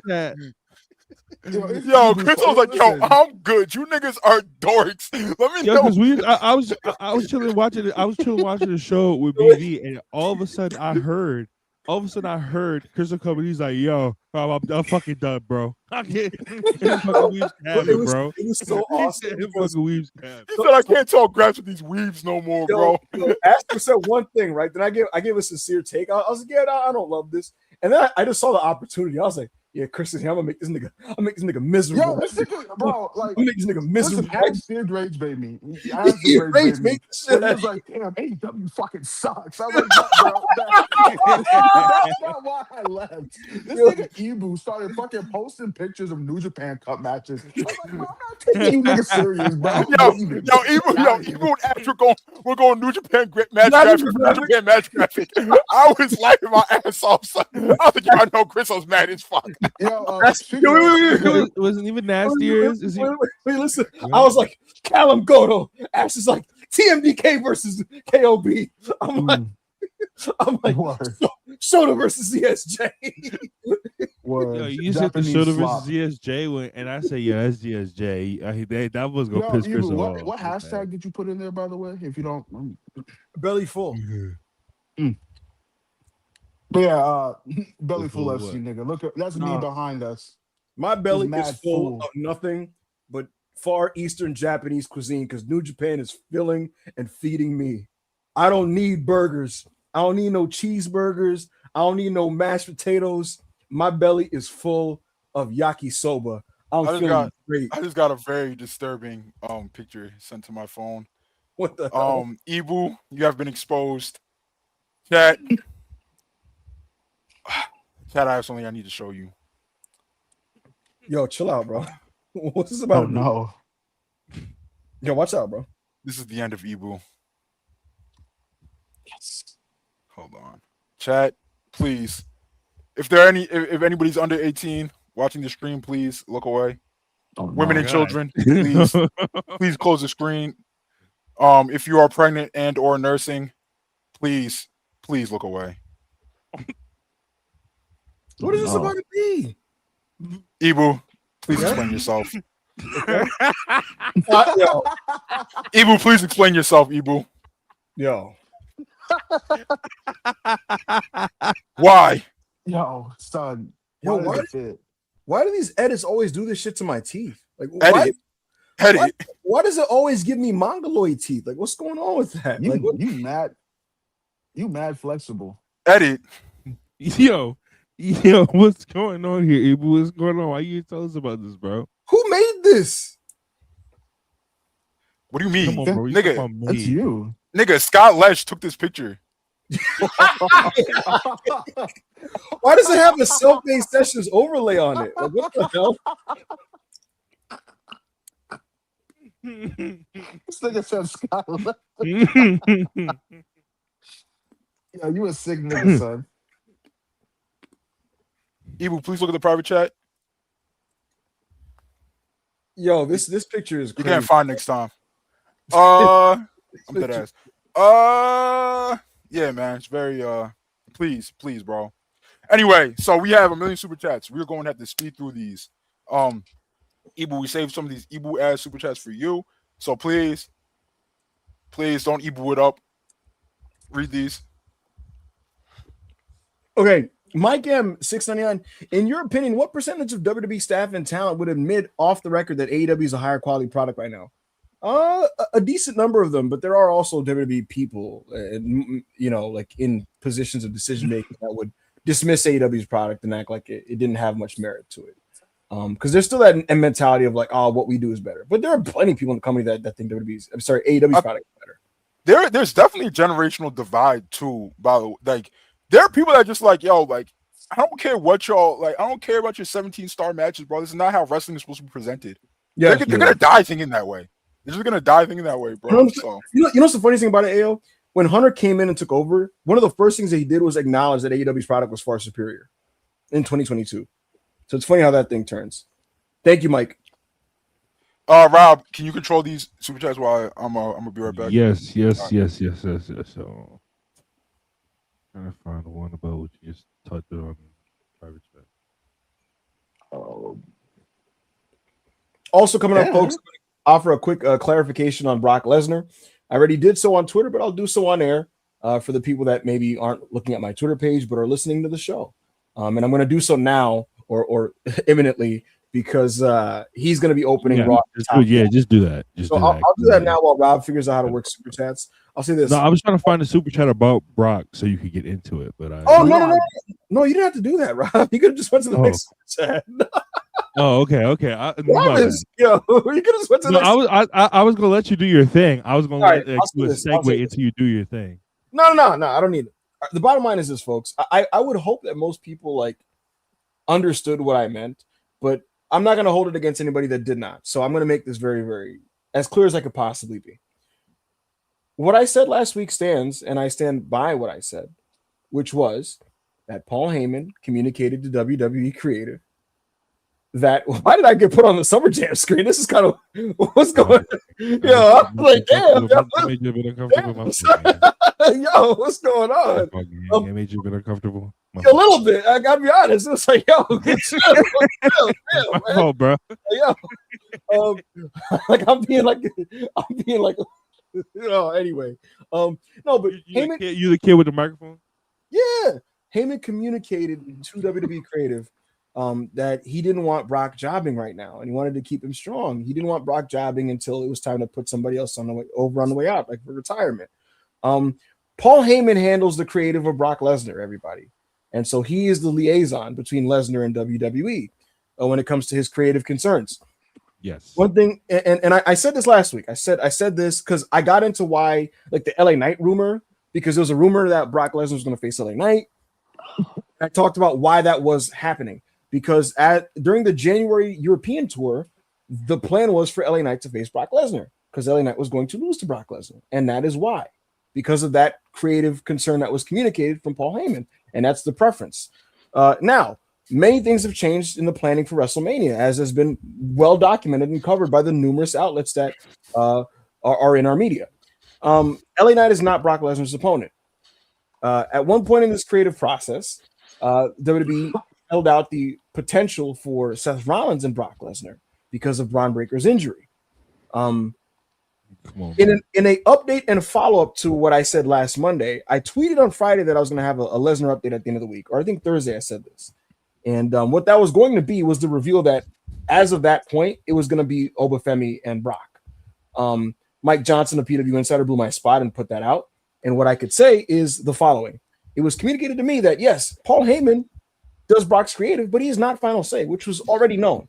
Final say on creative in WWE is Paul Levesque. And so whether Paul Heyman wants something or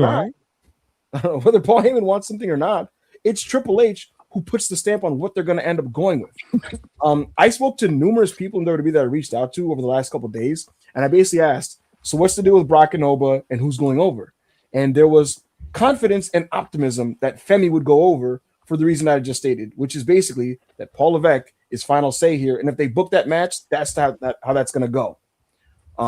So that's the deal with that. And anything else that I didn't say here, it's in the post. It's on my Twitter post on my feed because I'm not looking at it right now. But that's kind of the situation with Brock Lesnar. I don't walk back anything I said about what Paul Heyman communicated to creative because I was just relaying what was told to me. But there's nothing out that contradicts that either. Because, again, he is a member of the creative team, and he's not the person making the final choice on what they end up doing. And WWE is not beholden to Brock in the sense that they have to capitulate to any desire or concern he has. So that's the deal. Bro, you fucking dorks. You watch 30 hours of Unreal every time it drops. And then you're just like, okay, well, nobody ever had you watch that and your takeaway is nobody ever has disagreements during the creative process. Nobody ever has ideas that just aren't went with down the line. Like what? And you know what makes it funny? This is not how wrestling is put together. No, and Ayo, like we're not in the room, right? But like this could have easily been as simple as Paul goes, he'll work LA Knight because we want to keep Brock strong. He shouldn't be jobbing anybody until it's time to put over somebody. And they all go, okay, cool. And then after a bunch of injuries, 2 weeks later, yo, Paul, we got to go with Oba, man. Sorry about that. Scratch that. This is what we need to do right now. And then boom, okay. And that's all it is. You know, I'm not there, so I don't know how it exactly played out, but I was relaying what was told to me. And to your point, Ayo, like Paul Heyman communicated something, and they were going to try to stick with it until, you know, whatever happens. So they're going to shoot Brock's angle tonight. I was told they're shooting his Mania angle tonight, and it's opening the show. So that's the deal with Brock Lesnar. All right. Good clarification. Thank you. Really quickly, Slow Down Radio, $2 super chat. Any updates on plans for Javon Evans at WrestleMania yet? I don't have an update. I was told that they wanted to get him on a card in an IC multi-man weeks ago, but I don't know where that stands. Okay. Probably, if he's on there, you should probably win. I wouldn't mind. Ibu, Rob, really quickly. GMBSM, $2 super chat. What would a Trick Roman promo battle sound like? Acknowledge me. Acknowledge you. Let's talk about it. I got more lemon pepper steppers than you. I got better swag than you. I got this and I got that. And Roman being like, you know, Trick, you're one of those NXT fellas, boy. You know, I smash all of y'all. I smash you PC kids. It would be that type of promo. If I was a Trick, I would be like, see, you act like a nigga, but I'm the real thing. Something like that. Let's talk about it. You must be living under a rock. Thank you, GMBM. Cheese empanadas, $5 super chat. Ibu puffing his chest out over FTR. I swear, all that Fraxium nonsense. Anyway. Wait, who is Fraxium? I love Fraxium too. Oh, brother. Who's Fraxium? Y'all was shitting on the Bucks with me on that fucking 2 years. This is 2 years old, bro. It's 2 years old, bro. Yeah, wrap it up. Gotta wrap it up. Y'all gotta let it go, bro. Let it go. Fraxium had a great 2024. That's all I'm gonna say. Who is Fraxium? All right, bro. That's A-Kid. That's their name. Nigga, their name wasn't changed. Their name is Fraxium. Like, I don't know what you want. I don't know who this is. We're saying they. Like, who? Yo, it's A-Kid and Ben Carter's tag team. Oh. Yeah. Oh, those wrestling school kids. Yeah, they ain't doing nothing memorable, so I'm surprised. They're pretty good kids. They had a little run or something at wrestling school? Yeah, they had a good run at wrestling school, and Ibu, Rob, and a whole bunch of other people decided that they were better than Young Bucks. Who's lying on me here? He traded in Dax and Cash for Steenerico, Judgment Day, and Fraxium. I remember. He literally did. Yo, all bits aside. Ibu was FTR midding, and I don't even say he was bad. He was FTR midding on the timeline, and then cock in hand every week for Steenerico, Judgment Day, and Fraxium. I swear to God, I'm not doing a bit. This was happening. This was happening. You know, and then not only was he doing it on the timeline, he had to harass my life. Why are you DMing me about Raw matches? Why are you DMing me about Raw tag team matches? Gang, I don't care. Leave me alone. Yo, you know what's nasty? FTR, and I love them. They should not have beat Sammy and Kevin in 2023 for Tag Team of the Year. That was crazy. That was so crazy. What publication was that? I think Observer. Oh, I didn't even remember that. Yeah, that was some bullshit. But yeah, fuck you, Joe. What else we got? Don't talk to him like that. Fuck you too. Oh shit. Raul, Raul Cervantes, $50 Mexican pesos, I believe. Thoughts on Santos Escobar performance in Rey de Reyes? That was really rough. He looked like he didn't want to be there and rarely tried to match. I didn't watch that. I saw the clips, but I'm gonna be honest with everybody. He's looked like this for 2 years. He's looked like that. Well, like that in the clips, 2 years. But yo, like I need niggas to understand, and this is from somebody who's watched him since Lucha Underground. Right. Santos has been actively bad since 2022. Since 2022, he's had like one good match, and that was like Dragon Lee's best match until he moved to Raw. Oh yeah, I remember that. Okay, yeah. And here's the thing about it, bro. Like he's been like he looks like very sluggish and apathetic, and he bumps horribly. I tweeted about it that he literally looks like Karrion Kross doing Lucha Libre, to be completely honest. And I like Santos. He does, bro. He really does. And I like Santos. He's a great promo when he's locked in. You know, a cool presence on TV, but he's been bad for a minute, and those clips didn't do anything to change that. Like, bro, he's been the last time he was actively good, he was still on NXT Black and Gold, bro. Like, yeah. Regarding his performance the other night, from what I saw, when I've seen people comment, they said he looked fine, not good. He looked like he was like normal speed at the beginning of the match, and then something happened where they say he got concussed throughout the middle, and that's what made him that's what caused the clips that we saw. Is from what people who watch the show live. What's up? We have a new social media post from Dax, the Axe Harwood. Look at the idiot talking to one of the biggest sports figures in the world while blood is running down his face. And it is just him marking out for Rowdy Ronda Rousey. I'm tweeting this. Wait, what's happening? Dax posted a picture, and he's basically just putting over Ronda Rousey. A very problematic figure. I hear causing you. Lots of lots of dissension about yo, Joe is going to hell, bro.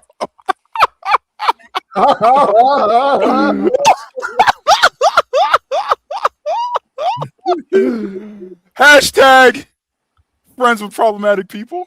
Trying to find, yeah. Anyway, we're gonna move on. We don't need to, No, but I saw those Santos clips, and I don't think he's been good for a long time. That was by far the worst I've ever seen him. I don't know. Like, people were calling him impaired. I don't know if I'll go that far, bro. That's a bold claim to make on a performer. Yeah. Something is just ass, bro. Yeah, some people are just ass. And what I will say is, and Ibu could testify to this, and I think it's been relayed in I think other platforms have put it out. When this WWE AAA thing came together, Santos was promised a lot of things, bro. He was promised a lot of things in this partnership, or not this partnership, this takeover. And he's literally just a guy on shows who gets booked now. It's like none of that's really come together at all. So. Yo, chat, live chat. Why is everybody saying they're doing Rollins and Brock? What's going on? Oh my! What's going on here? Yo, come on, bro. FT Ronda, huh? FT right wing. Wow, wow, that's a good one. Yeah, that's crazy. I don't wait. That's what I don't have wrong yet. No flips, just slurs. Oh shit! Wow. Let's Wow, these are good men, man. What we got next? FT Rump. Also, F Trump. I agree. F Trump. F Donald Trump. Wow. Why too rowdy? Why two rowdies? FT Proud Boys. That's not even. Jesus, wow. All right, let's get to the next super. FTRFK. Yo, get it. I'm gonna kick this nigga off the stage. FT Rotund Ebu. Yo, get this nigga out of here, bro. All right, let's move on with these super chats. For us. Let's move on with these super chats. All right, we have to fly. We generally have to fly. We love Mr. Goat. Member for 2 months. Bandito Andrade, hashtag welcome to the meat show. Yo, we need that. We need that badly. We need that badly. We need that in a town that knows ball too, a city that knows ball. Big Latino population. Mm-hmm. I'm not sure what AEW's touring schedule looks like these next coming months, but yeah, that would be great. The homie Berkey $2 super chat. Ban Mito and El Mitolo. My God, hashtag belly full. Yo, they delivered in more last night, bro. They delivered in more. Mm-hmm. And I fucking knew they would. You talk matches I want more on pay-per-view. Just I think I'm better than you. We should wrestle. I called it last week on here. It was gonna be match of the night. And it wasn't a bold claim, Rob, and it wasn't match of the night, but yeah. I'll tell you what, bro. If you like the action you got in that match, Chris, there's a company that runs every Friday. No. Holy shit, nigga, he was doing a bit, but bro, like, as great as CMLL is, bro, they don't have Andrade versus Bandito level wrestlers wrestling every Friday night. No, they don't. And chat, I promise you, I am not shitting on CMLL. Wrestling each other. I'm not saying they don't have one on the card here and one on the card there, right? But they don't have matches of two luchadors that good wrestling each other every Friday night. Yo, chat, shout out Food, shout out all the guys who I legit learned a lot about lucha from. This isn't an attack on CMLL. It's an attack on wrestling outside of the dub. Wrestling outside of AEW, yes. Nah, I do want to put over the homie Foods real quick though, bro. Yo, I've learned so much just from getting cool with him and just from like following his tweets and everything and like delving into more shit. And he never tries to gatekeep. He's never a fucking snob. He's never like he's fucking tourists. He's just like, if people want to learn, then they just follow him, bro, and tap into his knowledge. Mm-hmm. We need more people like that, gang. We need more people like that in this space. He's awesome editor. Yeah, and he also makes amazing edits.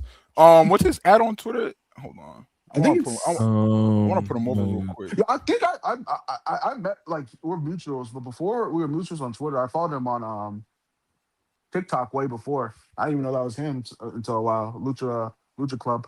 L Club Lucha on Twitter. Yeah. L Club Lucha on Twitter, bro. Tap in with the homie Fools, bro. He's a great account.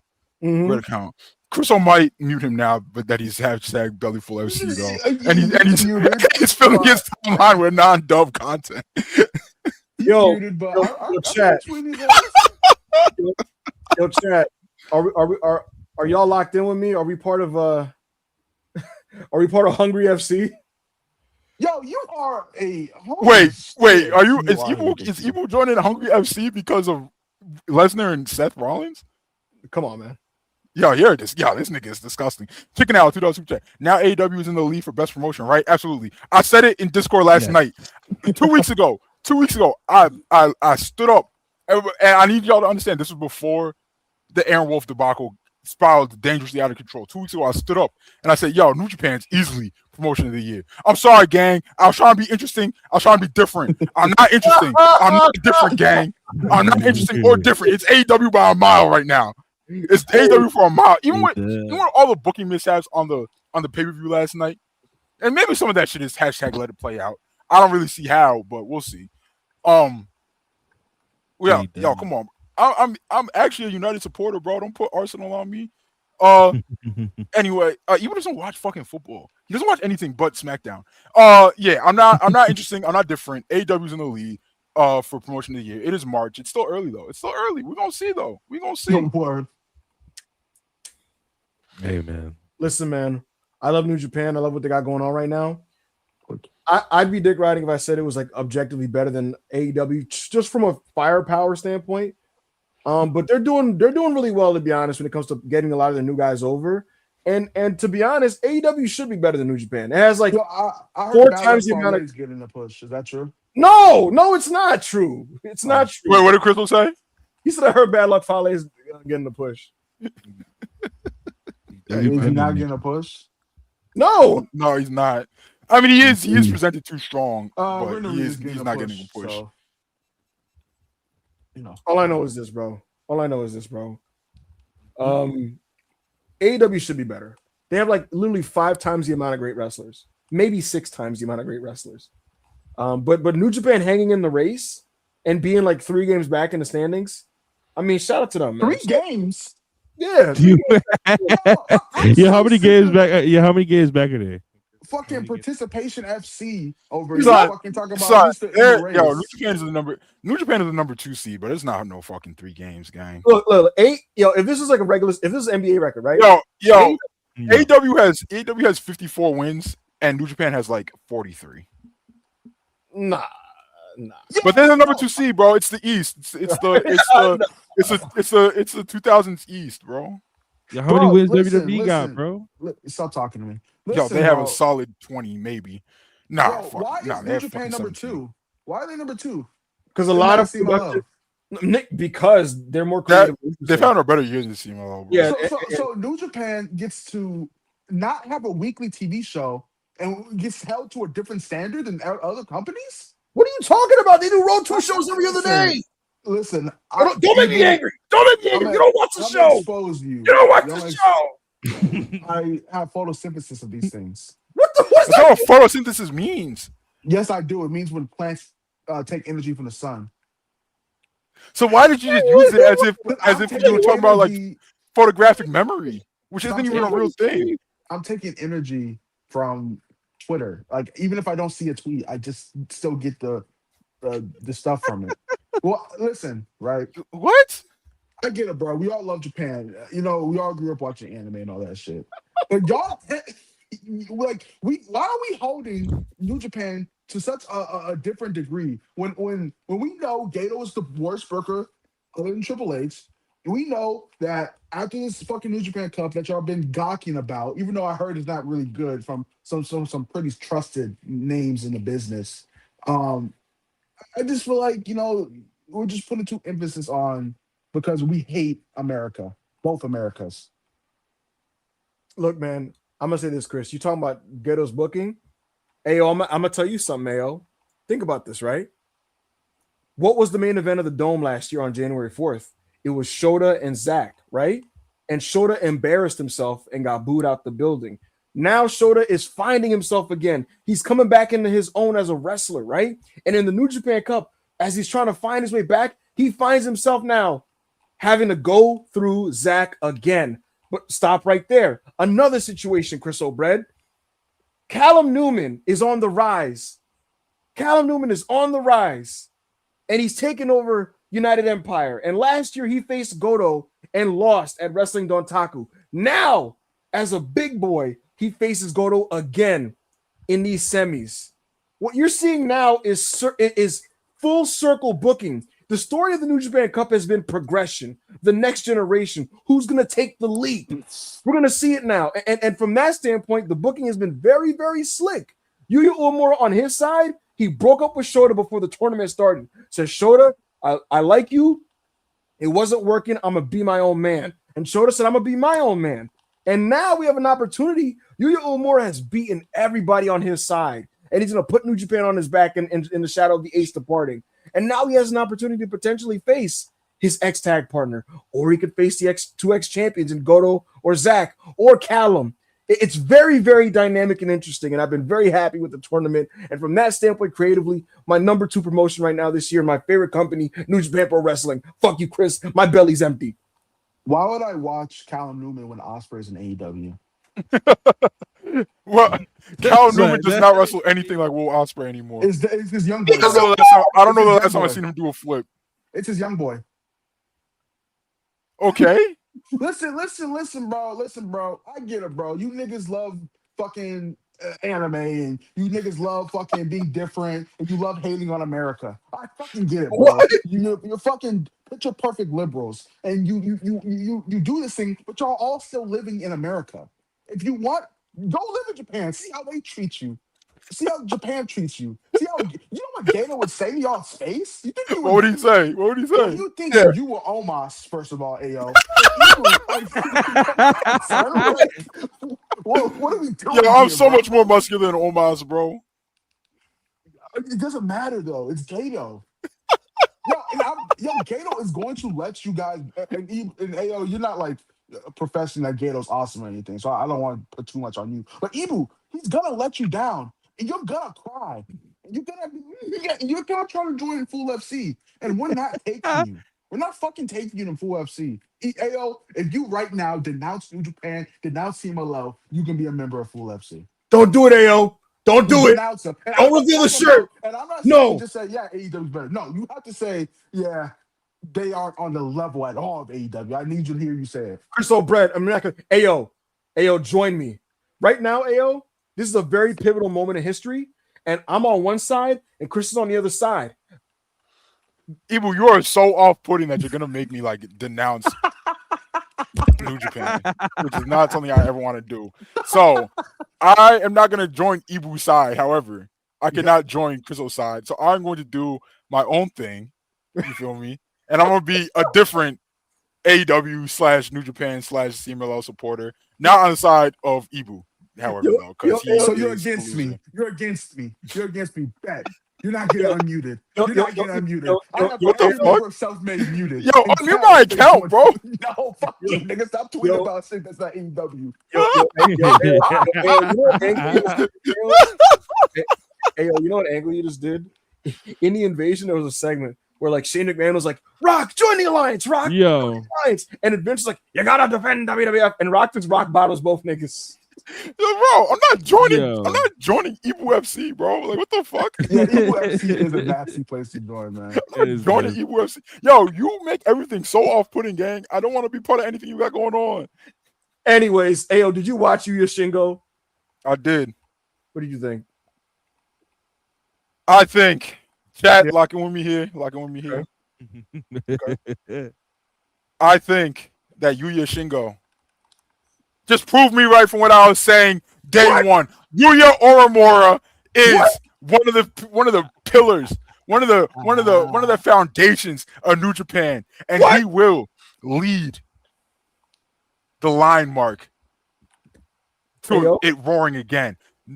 Yuya, Newman, Soda, Tsuji, Wolf. Who am I forgetting? Wolf. We're here. Yuto Ice. Ice, of course. Ice. Oscar. The KOB. We're here. Chat. When Ibu was shitting on Yuya, calling him Joe Hendry's young boy, saying that he's not masculine, saying that he should have stayed in TNA, saying that his only move is a dragon screw, saying that Tanahashi shouldn't have given him the high fly flow. Who was there? Who was there defending Yuya? I was like, yo, I don't know why you're saying this, Ibu. He's got the makings of being one of the best fiery baby faces we've seen in 30 years.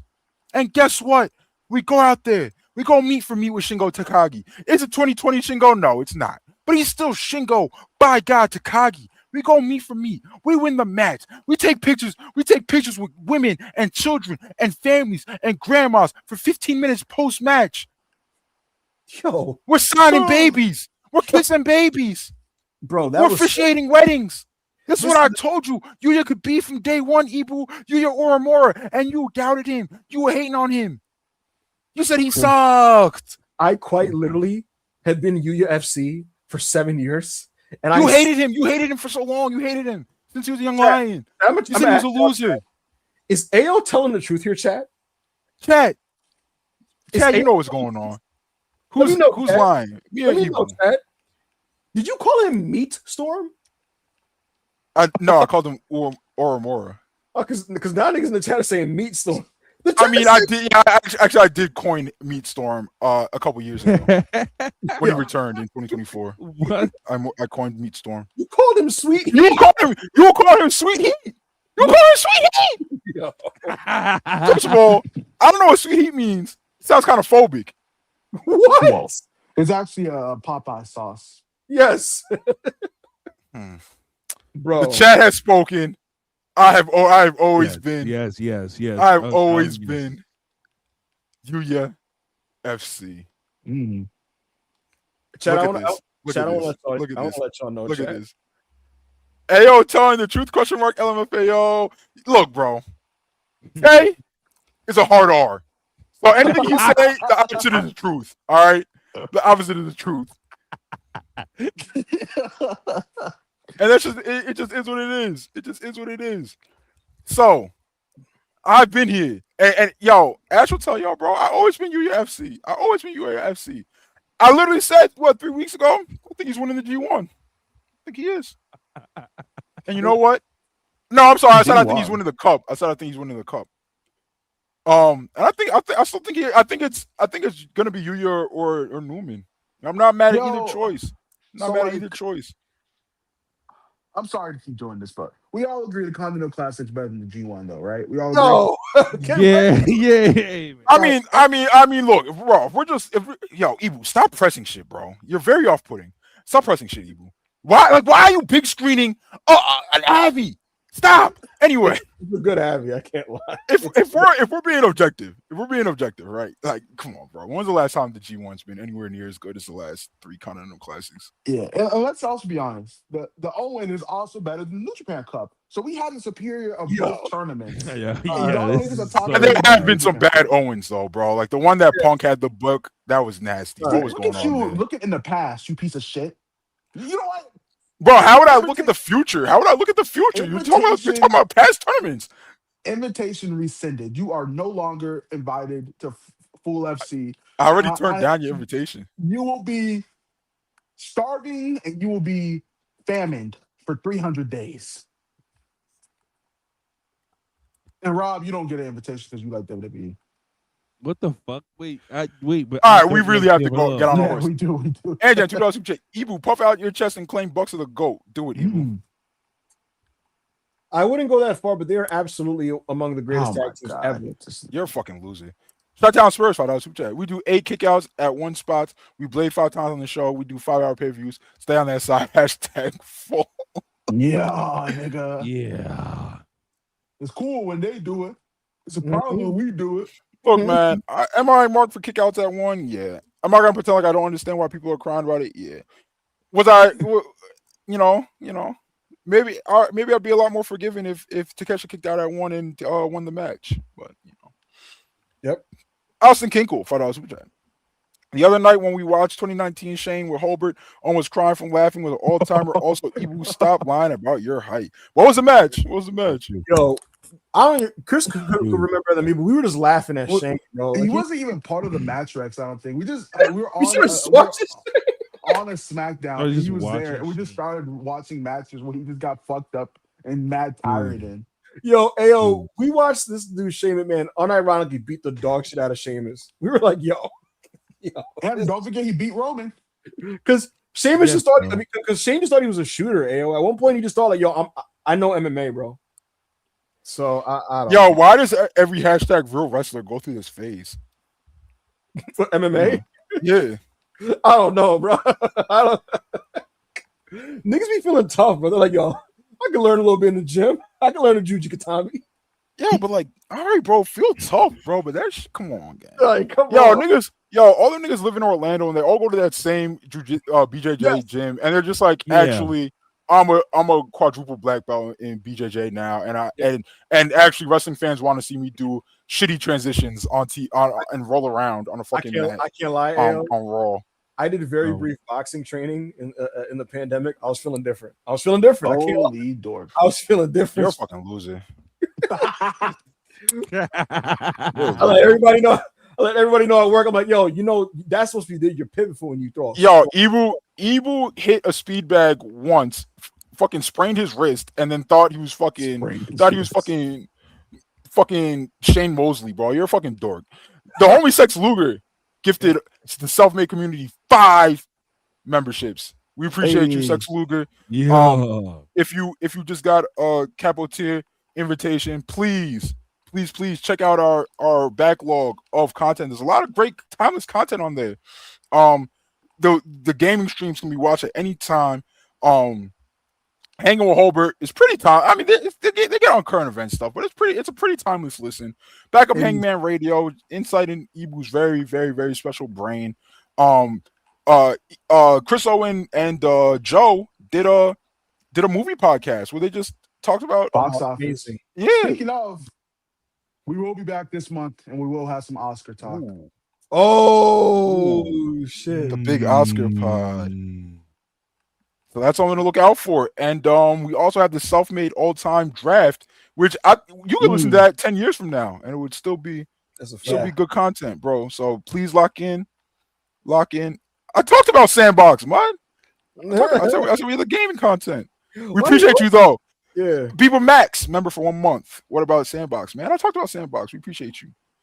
Yeah, y'all saw that. Yeah, a lot of content on the capital tier. Anjan, $2 super chat. Nosuke McIntyre, bro. It's time to find a new job. Yeah, that's kind of spiteful. I don't know, man. They got to do something with him. Evil. They got to do something. Masculinity housing now. Yo, what is this gimmick turning into? I don't even know.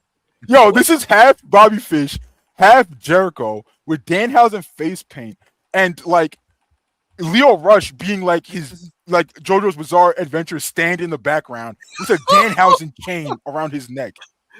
Yeah, this is like terrifying. All right, so Ibu, I need you to do a Jericho, Danhausen, and like Spooky Leo all in one for this super chat. When I seen Leo get his freak on, I said, Woohausen. Yo. Whoa. What the fuck was that? That was cursed, son. Kuzu, $5 super chat. Godly Revolution show, but it being the third highest AEW pay of all time on Cage Match is kind of crazy, but I won't argue. # Bucks carried. Yeah, I don't think it reached those heights. It is not. It's not. I don't think it reached those heights. Hey, bro, AEW surgeon right now has got great PR. So I think if you have that same exact show in 2023, I think people are like, yeah, it's a 7.8 on Cage Match or some shit like that.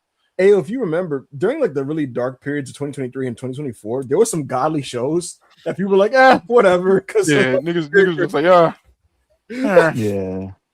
I do think I don't know how I've come across this podcast though. Maybe I've like sounded like I hated the show. I thought there was a lot of enjoyable shit on Revolution. 100%. My feelings leaving the show are generally like very positive, especially for like the future of what AEW is building going on and stuff. I just have frustrations with some of what's going on. Yeah. Makes sense. Yeah, for sure. I feel. G Wrestling, member for 2 months. I'm going to an AEW show in April. Anything to expect? Also listening while at work. Thanks for the constant entertainment. We appreciate you, gang. Nothing really to expect from going to AEW shows. I'll tell you this. Apparently, AEW is planning something for Double or Nothing that's like really, really, really unique. Whatever that means. And you guys know I don't do the PR report. So I was told that they're planning something very unique and different for Double or Nothing in Queens. Whatever that means. Maybe it's a new match tip, a quirky kind of match, but we shall see. And as I gain details, I'll update you guys. Berserk, how much? $10. Berserk, $10 super chat. WWE Deadass ran the same Drew quits angle for the second time in 2 years. They turned my goal into a geek. Ibu, do you have any update on potential creative team shakeups? I'm sick to my stomach. Shakeups, not particularly at this moment in time. They've already taken place. As for Drew, they're just creatively lazy, bro. They're just creatively extremely lazy, bro. The way they ran that angle, you could literally feel Drew was coming back at the end of the show. Like it didn't even feel like he was completely gone. But he came back. He opened the show and he went, "I quit. Fuck this." And at the end of the show, he claymores Jacob Fatu. Why do they feel like that's the best way to build towards Jacob Drew at Mania? Ayo, I think they thought WWE fans were gonna be so dumb. They're gonna be like, Drew quit, so that means he will not interfere in the main event with Jacob and Trick. And then it's like, oh my god, Drew is here. It's like, all right, bro. Like, no shit. Drew's finished. Yeah. Grab the tag rope. Anymore. Twist Dizzler, $10 super chat. I need that puppet lady to go. I'm sure Blake Monroe could use a weed carrier or something. Oh, come on, man. That's very spiteful. Harley, she works hard, bro. I think that was hard. Yeah, yeah. I actually do think a Blake Monroe Harley duo would go crazy. But I mean, shout out to her, and shout out to the Babes of Wrath who had the inaugural women's tag title run. Right, they had the first one. So shout out to them. Yeah. I would like to see Willow do her own thing now. Absolutely.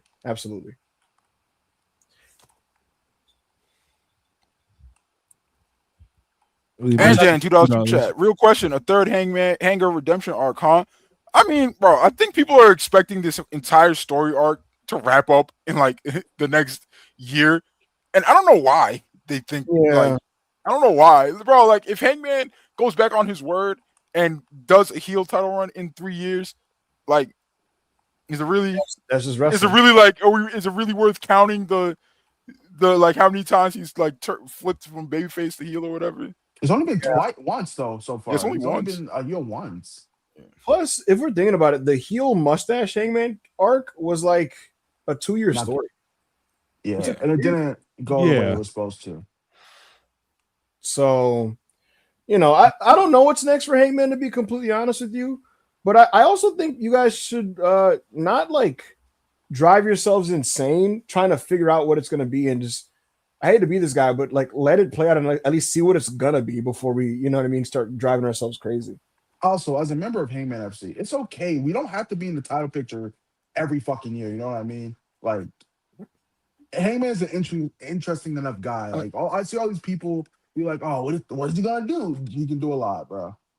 I had the elite enjoyers, like, y'all don't want to see not very, very soon, obviously. Like, I'm talking about in the next 2 to 3 years when he's not really doing nothing. Y'all don't see like a elite reunion happening, or do y'all want to see like a complete character shift? Well, right now with Kenny, I said this when Kenny and Swerve feuded. I was like, I just hope this doesn't turn into the Embassy versus the Elite, which I don't think it is. I think like Kenny is aligning himself with Brody King, probably Bro Dito in general, and Young Bucks are gonna do what they do, and Hangman just he's probably gonna be out for a little bit. He got choked out, hung, so he'll probably be out. So hopefully it's something interesting, and hope they all do their own thing. Facts. The homie Sex Luger, $10 super chat. Was that Revolution crowd was hot all night, mostly Bandito Andrade, match of the year for me so far.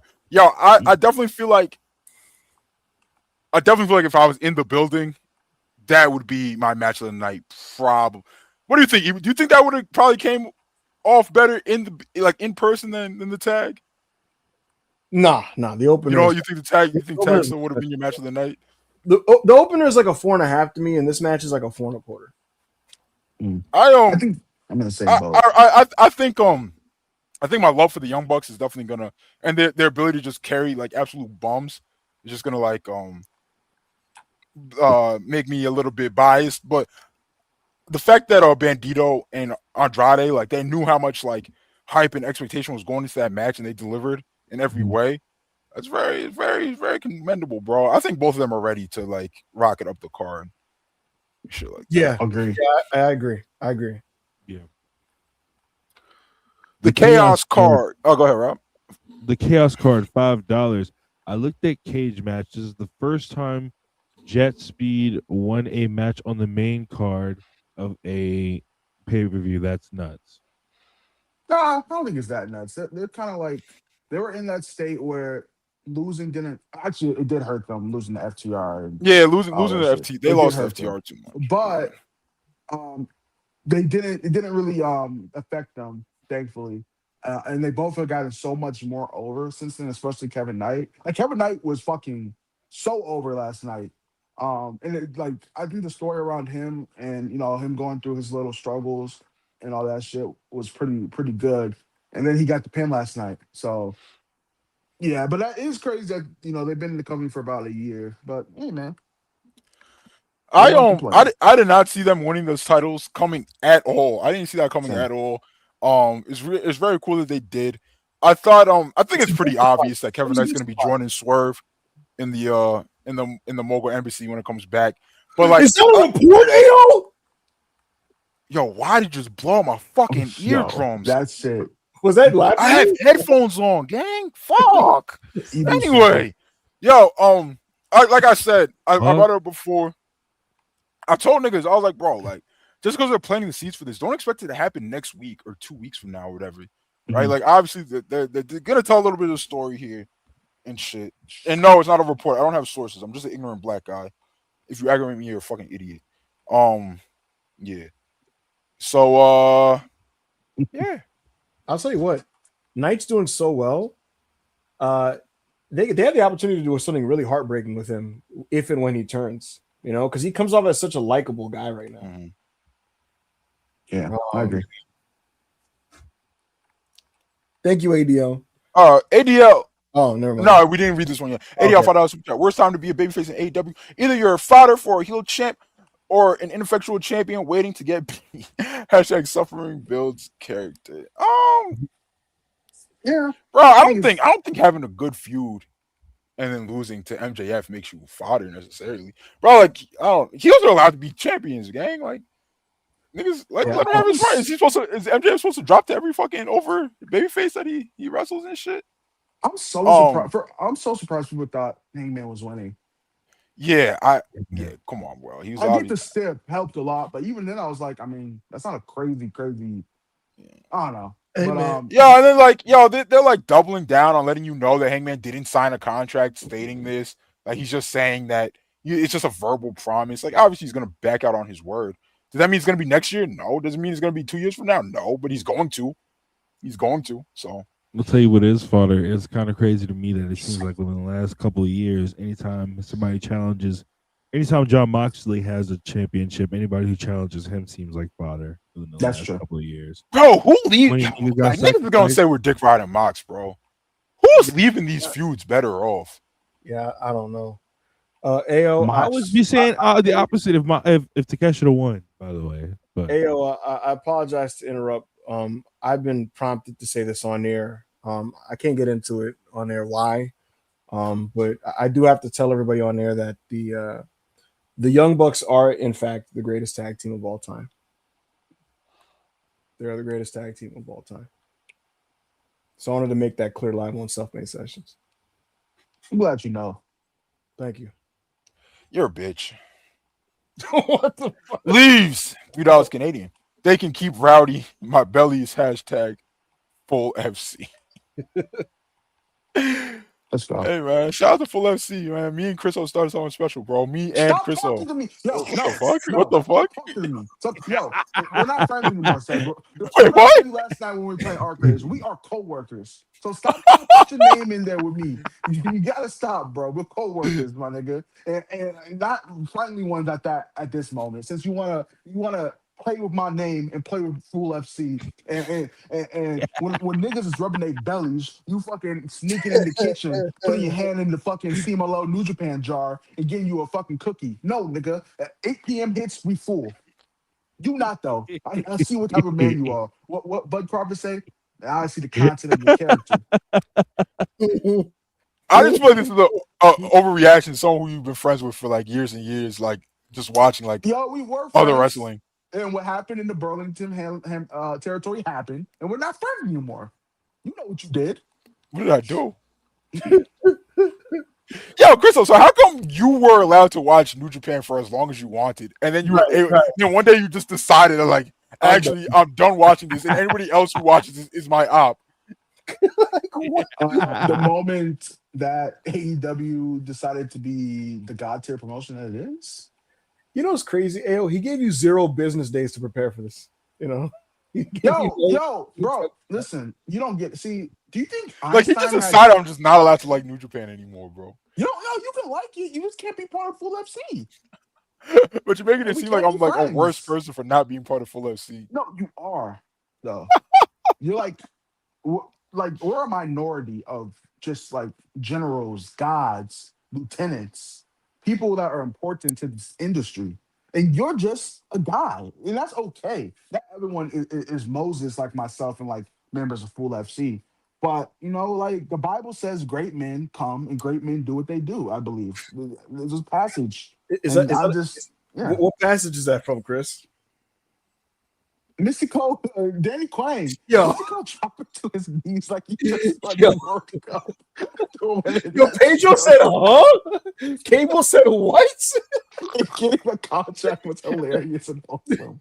Yo, nobody knows what Chris is talking about. Yeah, we changed broke niggas' lives. Yeah, Mystico's been asking for AEW contracts for over a year at this point, publicly. Yeah. He's been saying in interviews that he really wants to be all elite. He's put his body through a lot for the love of the game, bro. Like, and I'm sure he makes $100,000 a year at CMLL, but he's working his fucking ass off for those hundreds of thousands of dollars, bro. He's wrestling like 6 times a week regularly. Yeah.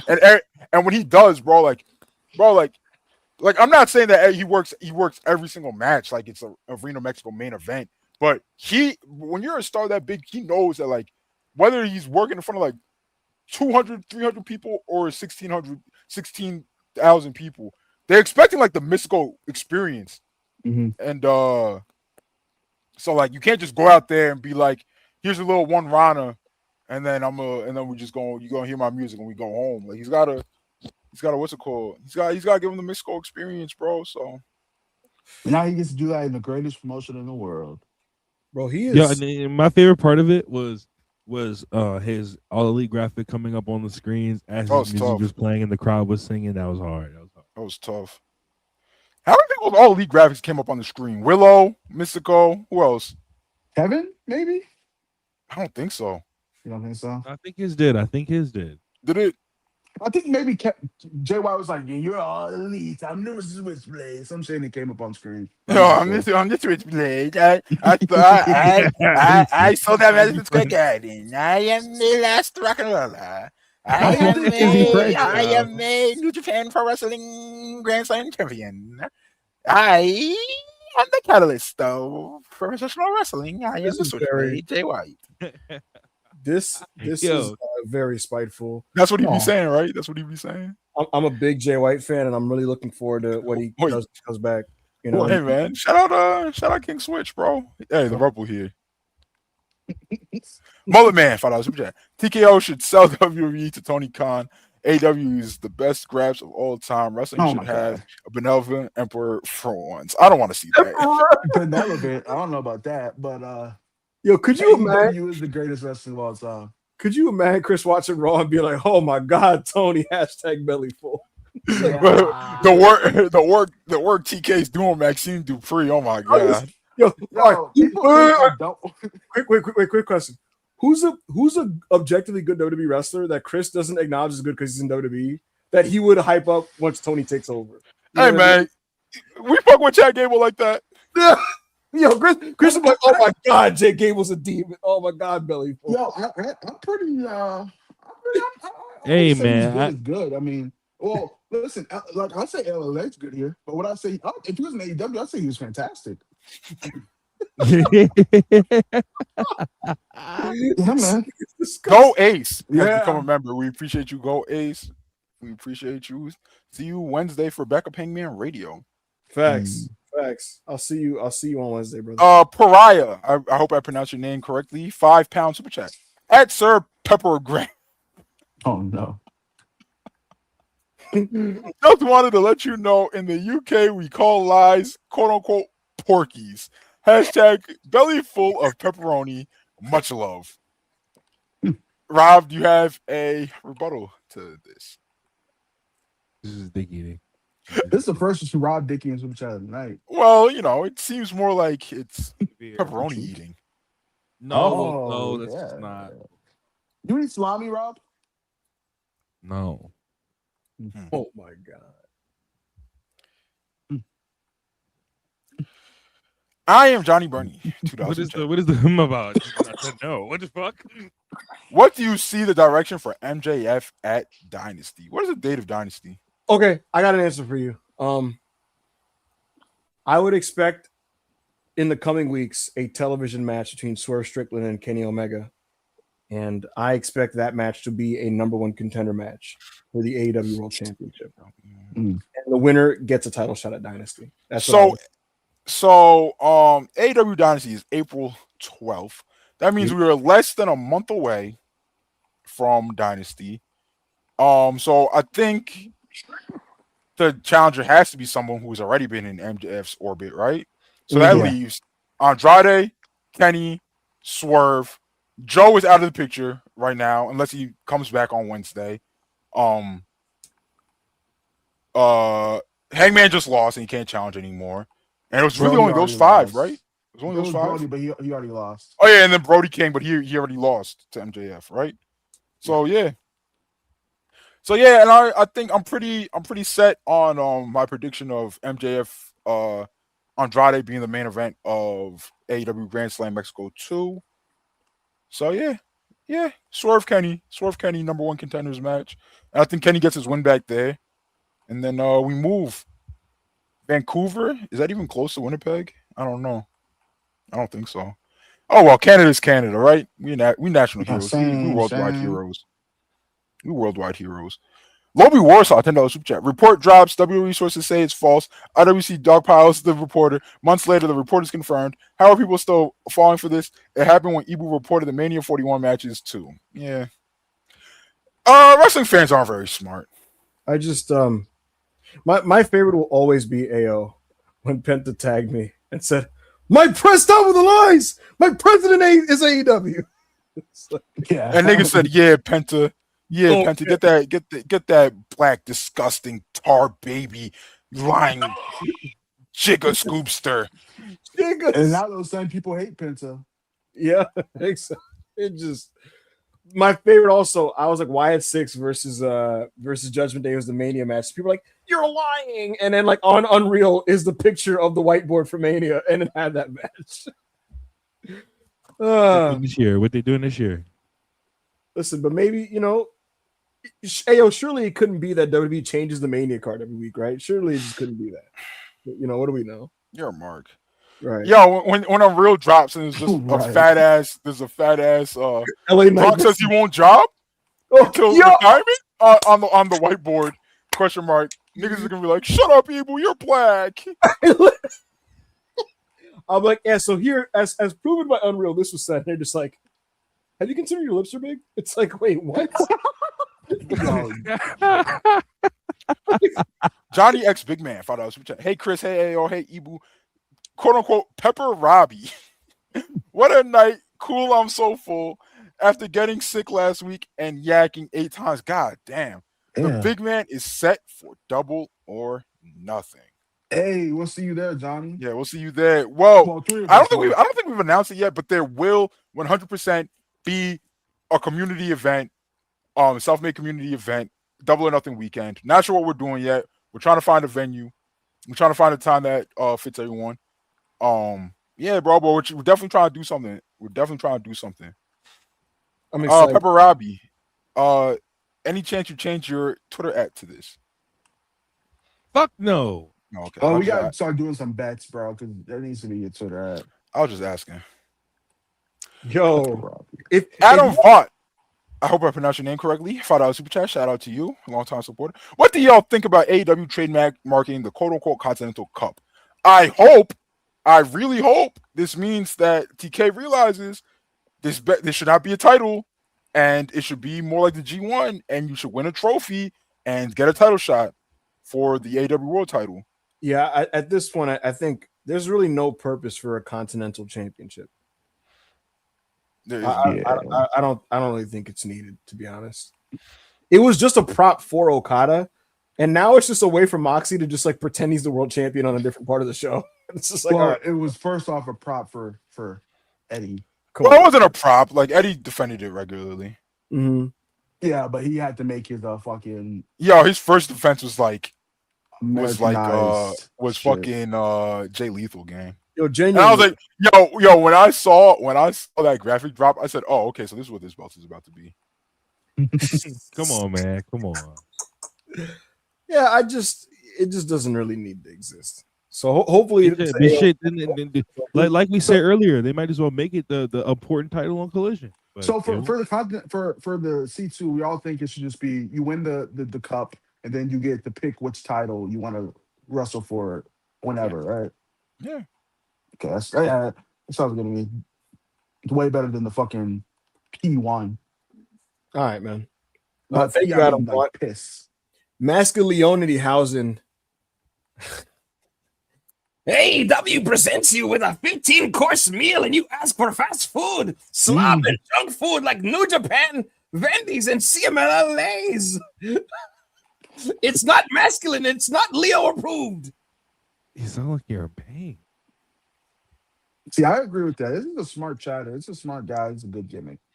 So, what exactly is Leo approved, though? Yeah, that's a great question. I'm Johnny Burney, $2 super chat. Collaboration always been bad, like WWF Union. Man. That's why New Japan and CMLL should just sell to Tony Khan. And it's like everything just be AEW. Like, how about this? New Elite Pro Wrestling.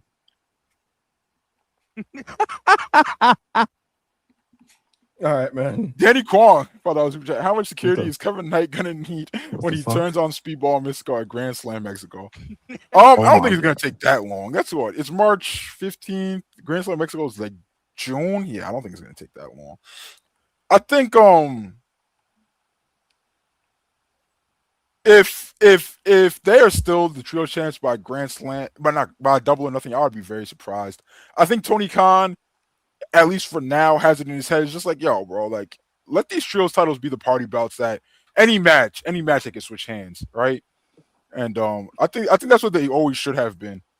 Like, bro, because like, bro, if wrestling was a shoot, think of how chaotic a trios match really is. If wrestling was a shoot, there's no way anybody should just be a dominant, like, year-long champion with trios titles, right? Because anything can fucking happen, anything. So I feel like that should be the any night, anytime, any place belt. And 100%. Yo, honestly, if they flip-flop that belt like 1 to 2 times a month, I wouldn't even complain. No, not at all. Like if a trio won a belt at Dynamite and then dropped it 2 weeks later on Collision, like it's okay. It's all right. It's Tag team championships or more than 2 people championships should not be held for like more than like 200 days, bro. Unless you're trying to build a tag team for somebody to beat coming up. I agree. Yeah. So. All right. Cousin Marcus. Member for 2 months. Road to Mania and they're serving straight slop on TV. What needs to happen for Paul's job to be on the line? Yo, Paul knows where the bodies are buried, bro. His job will never be on the line. Should have put Mania in Louisiana, nigga, and it wouldn't have happened. Now look at you. I think honestly, Loki, I do feel like some Louisiana karma is hitting them. But voodoo, nigga. Now you're really cursed, nigga. Bro, I saw those Mania ticket sales and how they're under 40K. And I said, bro, y'all should have just stayed with Louisiana. But yeah, for Levesque, bro, the business would have to decline severely. They'd have to be doing like 5K a week on TV for them to start looking at that, I think. But hey, what do I know? Thank you, cousin Marcus. We have Sean Tragedy who said, "Can Selfmade show TK some anime, please?" Tony Khan, watch Gurren Lagann. Tony Khan, watch Full Metal Alchemist Brotherhood. Tony Khan, watch Attack on Titan. Tony Khan, watch Yu Yu. Yes. Tony Khan, watch.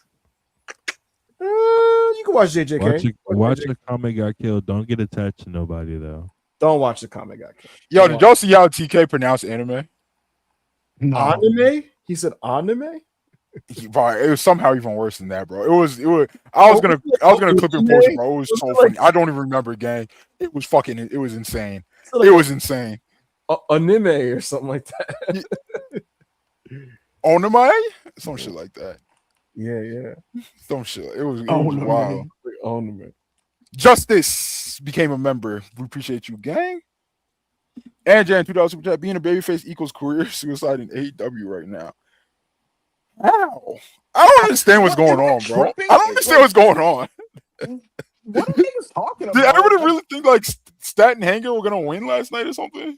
Yo, and these people have already been worked. What? Yo, am I tripping? Like, nigga, if you said this back when Mox was champion, 100%. Yeah. Shout out to everybody as losers ran from AO, but like right now, I mean, Jet Speed are very over baby faces, and Mystico's not here now, and it's like, Crystal, you know what I would say? Look, did Hangman and Chris Stats sustain some tough losses on those shows? Yes. Did I overwhelmingly have this feeling of like bleak hopelessness where good guys don't win in AEW? No, I didn't. Yeah, we had from Mox's title reign that I literally made a rant about. And AEW FC, like, it's just like, when did AO become a grifter? AO, like, it felt post-apocalyptic last year. You know what I mean? Like, it felt like those movies where like everybody's dead and there's like 10 people left on the planet. You know what I mean? It didn't feel that way last night. Like, look, we literally were talking about Jet Speed and Mystical celebrating in this triumphant fashion with the trios belts. Now, again, it was tough. It was a tough loss for Hangman and Stat, and they're gonna have to go back to the drawing board and figure out what's next.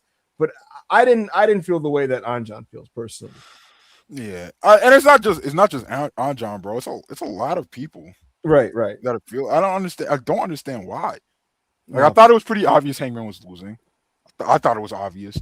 Right. With Stat, I thought it was obvious she wasn't gonna. I thought it was obvious that Tekla, who was on fire right now, wasn't gonna, like, bro. Even if it was the plan originally to do this quick switch back and forth, why would TK see all the momentum Tekla has and then just cut her off at the balls like that? Yeah, I agree. Why? I don't know. The only belts I thought were going to change hands. Jack, no, go ahead, Rob. I'm sorry. I don't mean to cut you off. Go ahead. No, so the only belts I thought were going to change hands was Continental.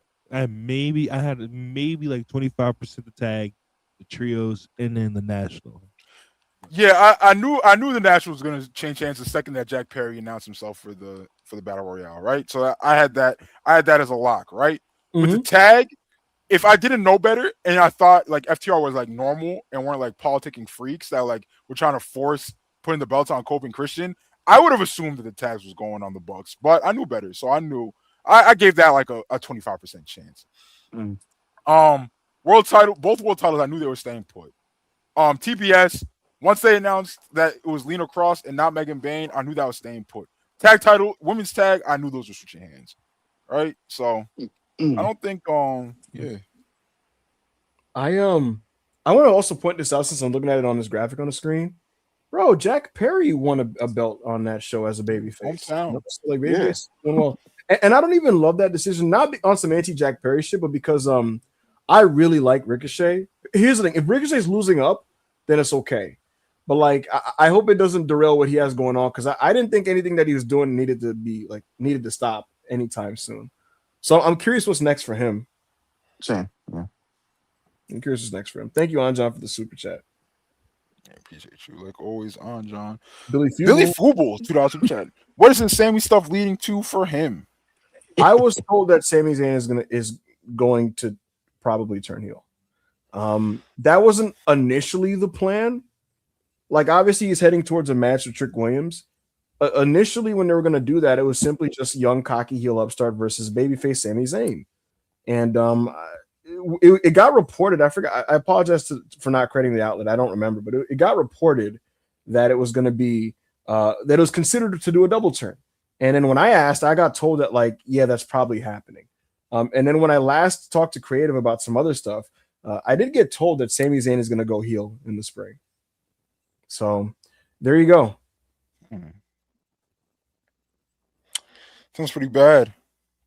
It could be potentially. Ultra Instinct, £5 super chat. Shout out to the Bucks with the Scorpion Deathlock tribute to Sting. Yo, facts. Yo, that was so tough. That was so tough. Shout out to Stinger. We WCW kids. Yeah. You remember Sting picked the Bucks instead of FTR to retire him, by the way. Remember that. And it was an overwhelmingly correct choice. Take that. Yes. I was gonna get my heart shut off, and I forgot that Sting does it too, and niggas are gonna pivot with that. Does it too? No, it's just Sting. Who else does it? Bret the Hitman Hart does. Oh yeah, Owen did do a what's it called? You're a nasty guy, Ayo. I hope you know that. What? You're just a nasty guy. Ultra Instinct, appreciate you. Nat says $2, £2. My dad has MS. That Ricochet tweet is kind of gross. What did Ricochet tweet? I didn't see it. I'm not sure. Sorry about your dad though, Nat. Oh, yo. Yeah, I didn't see it. Corey David, $2 super chat. The Blue Thunder Bomb now belongs to Laney Reed. Who is Laney Reed? Yo, Corey David be coming in here and making up wrestlers, bro. It's not a random fucking wrestler, bro. That's an NXT fucking. Yo, just because you don't watch NXT doesn't mean the broader landscape don't watch NXT, my nigga. Okay. Like, holy I gotta be honest with you, Rob. Yo, is this nigga yelling at me over NXT? Yo, Rob. He's Rob. yelling at AO. Rob, Rob, can you hear me? Can you hear me? Can you hear me, Rob? Yeah. Kill yourself. Oh, what the fuck? What Kill the yourself. fuck? Bro, we are 2 hours and 30. We are 2 hours and 35 minutes into this podcast, and you're yelling at me over NXT. Cease your existence. Stop living now, today. It's like I don't know who that. I don't know who this mid Carter is, and Rob is like getting angry at him. Mullet man, $2 super chat. Punk is a cancer. That is true. That's just not true. Hey man. We saw how he was banned. We saw who he was banning from Collision. Rob, go ahead, Evil. $4.99 was at Revolution last night, and oh my God, Bandito and Andrade might have saved my life. Also, that mystical entrance legit made me tear up. It was an amazing entrance. Hopefully, at some point, the audience in AEW broadly learns the lyrics to his theme now that he's like a regular, because that would be it. Once that turns into a sing along like entrance, that's going to be amazing. And I also we spoke about it. Bandito and Andrade was a spectacular match. Yeah. I don't know if the audio just wasn't picking it up at the beginning, but like I couldn't hear the crowd at all. But like once Mystico got in the ring, I could hear him like pretty decently. This being like a thing that audiences sing town to town, I don't think that's ever gonna happen. Just it'll be tough. Spanish. Yeah. But yeah. That would be crazy. That would be crazy motion. That would be tough though. Who the hell is this guy? KROPH graphic. Remember, for 2 months, it's just because you're old. Oh shit. I don't know who this Dig Rider is, but you know. Yeah, not really sure. We appreciate the membership, bro. Yeah. We appreciate the little nigga. Yeah, absolutely. To challenge, no, actually, go ahead, Rob. You read this. To challenge the sun, $10. Yeah, we're just like our evil twin. We are OTK. Mr. Choke everyone and leave. We are the death line. We are Big Mox, and we giving Ospreay the Cody treatment. Oh no! I wish you would try, nigga. I got something for Mox if he even tries it. Hey man. All right, so there are 3 big options here. Yeah, for Will Ospreay. Yep. 1, he feuds with Mox and he loses. 2, he feuds with Mox, becomes the Continental Champion, and then the all-in match is a title unification. No, actually, there's 4 chances. There's 4 choices, right? He feuds with Mox, he wins, and he has the Continental Championship, and he drops it before all-in. 3, he feuds with Mox, he wins, he's Continental Champion, and they have a title unification match at all-in. 4, he feuds with Mox, and then he tells Mox that this is not about titles. This isn't about championships. This is about revenge because you tried to end my career. Hey, yo, scroll these options and hit me. It's hit me. This is what you do, right? You don't want everything to come too easy for Ospreay upon return. So what you do is you don't rush to do this Mox match. They could shoot the angles. They could do everything, but you don't have to rush to do the match, right? And when you do the match, whether it's pay-per-view in Dynasty or whatever, you can have it where Ospreay sustains a big early setback. Maybe he came back a little too early from the neck injury. Maybe all the things that the doctors were saying to him were true, and he rushed back. And John hammer and anvils him or whatever it is, and he kind of beats him. What I would do is he loses the first match to John. He wins some TV matches. He gets the upper hand in some angles. He loses this match because his neck was just cooked, right? John Moxley then enters the Owen Cup, where, as we know, in that tournament, it's not title matches, right? In the finals, Ospreay could beat Mox, therefore finally getting his heat back and taking him down without having to be saddled with the Continental belt. And I did think about that. I hate that. I just don't. When is the Owen going to start? Probably May. Why don't you So does March. So they could avoid each other, right? They could avoid each other for the month of April, right? That's all you need to do. Avoid each other until the tournament graphic is put down, and they're on opposite sides of the graphic. I don't think John Moxley needs to be in the Owen final. I think he also should be fucking beat Ospreay. Yeah, like, no, he shouldn't What are be in you the talking tournament about? finals, What the and he fuck should are you not be Ospreay. He shouldn't be in the Owen. First of all, like, and him being in the final, it's like, oh, Mox is in another fucking finals, bro. He is in everything. He's too much. It's too fucking much Mox. Yo, you saying he should beat Ospreay is almost blasphemy. What the It's legit fuck? almost blasphemy. I think, Chris, here's the thing. I none of us love that in a vacuum. You got to think about it from the standpoint of like telling the story of hardship and adversity. You don't want it to feel too easy. And I'm not saying Why? Cody, because bro, like you want it to feel like, man, he really overcame so much with this neck injury to make it back to the tippy top. If it's as quick as I do think all good stories have their ups and downs, right? Right. And it is only March. I don't think Ospreay needs to win until he gets the title. However, I'm good off Mox being the one who beats him. Why does Mox get that rub of beating Ospreay? Why? Yeah, bro. Had to get every fucking rub in the company? If anything, if he's gonna lose, let him lose to Swerve again. And then he can finally beat Swerve in the Owen final. I don't want that nigga to lose at all for a year. But if I can have my way about it, can't lie. Yo, am I tripping? When he came back, they didn't present it as his neck fucking hurts. He's fucking super nigga. He's like, bro, he's like literally, bro. That was literally his Zenkai boost. He's supposed to be on his Zenkai boost. Hold on, Chris, hear me out though. That could just be him, like, kind of just, it could just be the bravado. You know what I'm saying?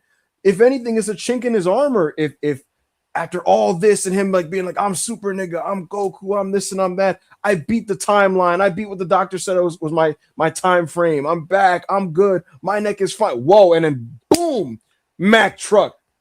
It doesn't happen. No, and that to be honest, sucks. bro, it's not that wait. It's not that dissimilar. It's not that dissimilar to when Punk rushed back and Mox smoked his foot and beat him with a Death Rider. That's not that different. We're not fucking Punk. We're the best wrestler in the fucking world. Fuck that. No, fuck that. No, Chris, talk to me about AEW. Chris, you're being a baby. No, Super Mo, $5 super chat. I think the play is Orton going over at Mania and getting revealed as Fatu's attacker with Jacob getting crowned at SummerSlam. I don't watch this show, but didn't they already reveal Fatu's attacker? I don't remember. I'm gonna be completely honest. They did. Is it not Drew? I thought it was Drew. They keep alluding to it being Drew. Drew has not said, yes, I attacked you. Okay. Like, no. Or yo, shout out to you for the super chat. We appreciate you, gang. Thanks. I'm Johnny Bernie, $2 super chat. I like Ricochet, but the MS post was terrible. Damn, what did he say? He's empanadas, $2 super chat. Hungry FC, you don't consume Pure or Joshi, just feds. I don't know. It's not even true. Not even People Max, remember for 1 month. Oh wait, we talked about this already. We appreciate you, Mud. Twist Dizzler, $5 super chat. Do y'all think now that they got the Punk dog collar lore out of the way, we can finally see some dog collar matches in the future? I mean, I don't know. I don't know if Punk lore was getting in the way of it. I think Max just felt like I needed to call back on it because it's so obvious. Yeah. It's Revolution, and that was a big match that I did in the past. I think there should have just been a dog collar match. We were the ones preaching for it. Yeah. You know? I think there should have just been a dog collar match, bro. Man, I tend to agree personally. Twist Dizzler, thank you. Surfer of Silver, member for 1 month. What's good, Rob, Crystal, AO, and Booby? What do we think Omega do at All In if it ain't Ospreay? That's a great question because I don't think. Well, actually, I don't. If I'm a betting man, I'm going to bet against it being Omega Ospreay as the title match. And so if that's the case, that does leave a question. What does Kenny do? And AJ Styles isn't coming to AEW. So I don't really know. If Hangman turned heel, I wouldn't hate him and Kenny having a match. Wouldn't hate that. Yeah, a couple pods ago, I said I would do a heel Hangman versus. Yo, this nigga got food in his mouth, gang. No, I don't. You don't have food in your mouth? Well, lying, I don't have food in my mouth. Yo, what is in this nigga's mouth? There's nothing in my mouth. Yo, about? Chad, do you hear this? Wait, there's nothing in my mouth. All right, bro. Pause. All right, continue. Go ahead. And shit. Yo, go ahead, bro. I'm just saying. Never mind. Someone else fucking talk. This nigga pissed me off. Yo, this nigga is down on wieners. Word. Oh my. Just mad glicks. Yo, shut up! I'll lick your head, nigga. What the fuck? Yo. Versus Omega if Heyman's heel. Yo, genuinely, I don't know what you do with Kenny at all, man. He needs his big singles though, bro. Yeah. He needs his big singles. No more trios. We're not doing another trios. All that, bro. People Max $5 super chat. Yo, seen the edit the gray out of Punk's beard on the Mania poster? Yo, they using digital just for men on your goat, Evil? All I know about that is all I know about digital just for men is Punk doesn't believe in dyeing his own beard because he always says like I embrace getting old. So if he sees that graphic, he'll probably. I hear you. That's his opinion. So I'm just saying. Wait a minute. Anyways, so I say that to say, if he sees the graphic and notices that, he'll probably tell the people like, guys, you don't gotta dye my beard in the graphic. It's okay. Evil, look at private chat. Yeah, for sure. Anyway, appreciate you guys. Miss Erica Bread 499. Big shout out to Eve's co-producers, Oku, Samuels, and all right. I can't never forget how much work you've put into making everything. Erica Bread, you're a bad person. That's all I have to say about that. No, we don't have to shout. We don't have to shout out everyone. We don't. We do not have to shout out everyone. Really don't. Nope. Riley CC $2 sounds liberal and woke. Hashtag we good. Thank you. It does. Liberal, happy fun. La la la. That video is unfortunately really fun. The Noogie $2 super chat. Man, fuck all that. Billy Goat ain't losing like that. Thank you. You suck, bro. You're like you are a loser. You're not even gonna get to look at the book at Self-Made Pro Wrestling. Yo, y'all. Amari B, how much? So you want Bill just Gokuing everybody from now until? I literally said that's not what I want, but I don't want Mox. I don't want Mox. No. Ale, you're fair. You're fair about it. Chris is awesome. Like I want Superman. I don't care if I'm fair or not. He's the best wrestler in the world. How much money is this? Ale? $2. $2 super shot. Amari B. Rob, top 5 J. Cole songs and albums, big bro. I want a sincere answer from Rob off the top of the head. Okay. Since he said the big J. Cole. Okay. Apparently, then it's Deja Vu. Then it's why are niggas laughing? Yo, can I get mine? Yo, nobody was laughing. All right. Damn. Lights Out, and then the one song off of KOD where he raps about his mom being on drugs. That was a fire song. I like that. You one. don't know a song from your favorite rapper? What it's called? I forgot what that song is called. I forgot what it's called. Yo, the list of things that Rob claims to be for the aura, is what are we talking about? You can't name. I just named 3 songs that are literally songs. He said 5. I just named 3 songs that are literal songs. And he asked you albums too. 4th one. Yo, Rob, I haven't even gotten to the albums yet, and y'all are dick right. I'm not finishing the question. So this cop out. This cop out is for this cop out as if Rob genuinely had an answer, but he's just so bullied that he has to put his foot down and refuse to answer. This was the Ibu book of pretending to know things. No. It's not. Literally, Ibu's bad. I named songs. Yo, Ayo, do you remember? I named songs. Yo, Ayo, you remember in the group chat when I was talking about I could do 10 pull-ups? Yeah, I'm still waiting for you to lock that bet. So I was talking to one of my forklift drivers at my job, right? And he's doing pull-ups on the forklift, right? I was like, man, I could do 10 easy. And he literally goes, nigga, 50 right now. $50 right now, do 10, right? And so I said, hold on, I got to get my work gloves. And I didn't have it. And so I wanted to test it. I did 3. And I said, I don't got my gloves, bro. Give me a sec. I'm going to get my gloves. And I walked away and got the fuck up out of there. Yo, Ibu bet me money that he could do. Ibu said that he would bet me. I said, no, because somebody posted a video of them doing pull-ups. And then Ibu was like, yo, so he don't be working out his legs? And I was like, yo, you're a dick rider. You can't even do 5 pull-ups. And he was like, you want to bet me I can't? You want to bet? I said, all right, nigga, send me a video you doing 10. We'll put 50 on it. And he was like, that's light work. I said, bet, bro. It has to be 10 dead hang pull-ups. Ibu never responded. Bro.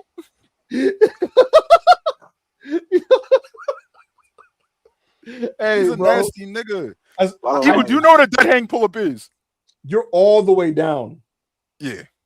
Here's the thing. That's different. You know what I mean? But it is what it is. I don't think you're going to do 10 CrossFit pull-ups either. I don't. No, I can do 10. As long as I got my gloves. If I got my gloves. Put 50 on it. Nah. Okay. Rob got mad lucky.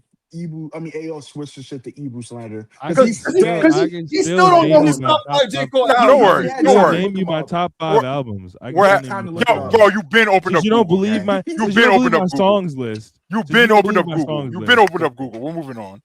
It's all right, man. I haven't looked down once. Haven't looked down once, by the way. You've been opened up Google, man.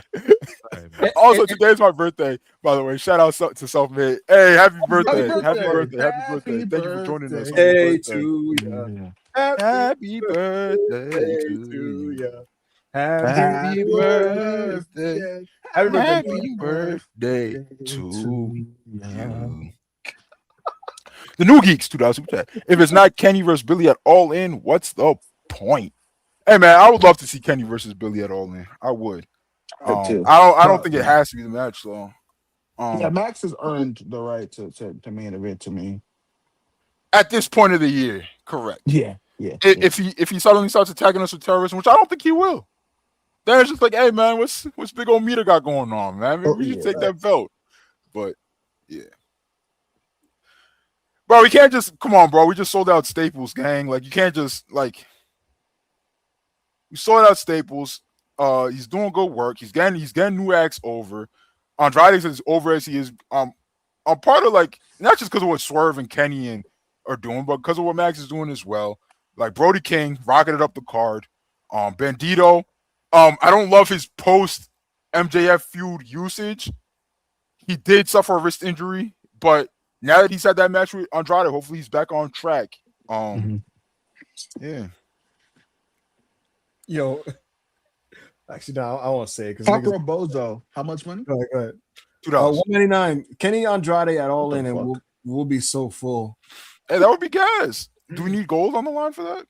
Yo, yeah, that's what I'm saying. Seriously, they're gonna call me. They're gonna call me a gringo and say I'm being a dickhead because. If I say for one of CMLL's world titles, they're gonna act. Oh my fucking god! You're not different, my nigga. You're not different. Just say the TNT title, son. No, that Kenny's not fighting for the TNT, bro. Oh, you know what? Fletcher versus Omega at All In would be good too. That would be a great match. Yeah, let's do it. We gotta get back to that story anyway. We gotta get back to that story. That's right. You're right. Thank you, Top Rope Bozo. Commonwealth Cowboy. $2 super chat. Well, I don't know if it's $2 super chat. Omega All In, if not Ospreay. 1 heel hanger, 2 swerve, 3 TK gets the bag for Brian. I can see that. They give it to one last shot at Wembley. Still want Ospreay though. Yo, could you imagine if they did Danielson Omega 2, bro? We have to carry that little ass boy, but hey man, we can do it. Hey man. All right. Somehow we are 3 hours into this podcast. Jesus Christ. So we will. We love the business. We love the business, and it's partially because of all the support y'all give us. But no, this is the wrong graphic. The match of the week is FTR versus the Young Bucks. Without question. An excellent match, an excellent opener. And we'll see what happens next with the tag belts. And like I said weeks ago on Self-Made, maybe months ago, I don't really care to see Cope and Christian, but I do think their eventual match with the Bucks is probably going to be tremendous. So, Ibu, genuinely, what are you going to do when the Cope and Christian versus the Bucks match thoroughly outmeets whatever slop FTR and Cope and Christian put together? It's gonna be, genuinely, what are you going to do? What is your defense going to be? It's going to be way better because here's the thing. Cope and Christian, at no point in their existence were they FTR pilled. They were always spiritually in the spiritual bloodline and lineage. The Bucks do what they do. The Bucks wrestle like an evolution of tag team of Attitude Era tag teams that do plunder matches. That's the Bucks' kind of bag and lane. They don't. Edge and Christian never did wrestling. They don't do that shit. So it's gonna watch AWA Mid South. Remember when Edge came to AEW and then this scrum was like, I want to really like emulate NWA. I was like, what are you talking about? He said, I want to have a really gritty, dirty, disgusting NWA Mid-South World title match with John Moxley. I was like, oh. Yeah. I was like, oh, that sounds like terrorism. Went out there and didn't bleed. Like, come on, man. Love you, Cope, but you gotta like. Yes, Cope and I'm gonna say up front, Cope and Christian versus the Bucks is going to be excellent. Now we'll have some cringe moments where Edge emotes too much in the corner and is like, I'm Edge and I'm snarling before I do my spear. Yes, but it's gonna be a great match. Ibu, when this is better than any non-stip. All right. When this is better than any non-stip Cope and Edge and Christian versus the Hardy Boys match, what is that going to do for the Bucks' legacy? Will it be? Yes, this will be better than any non-stip Hardy's Edge. It will be. Yes, it will be. What will that do for their legacies?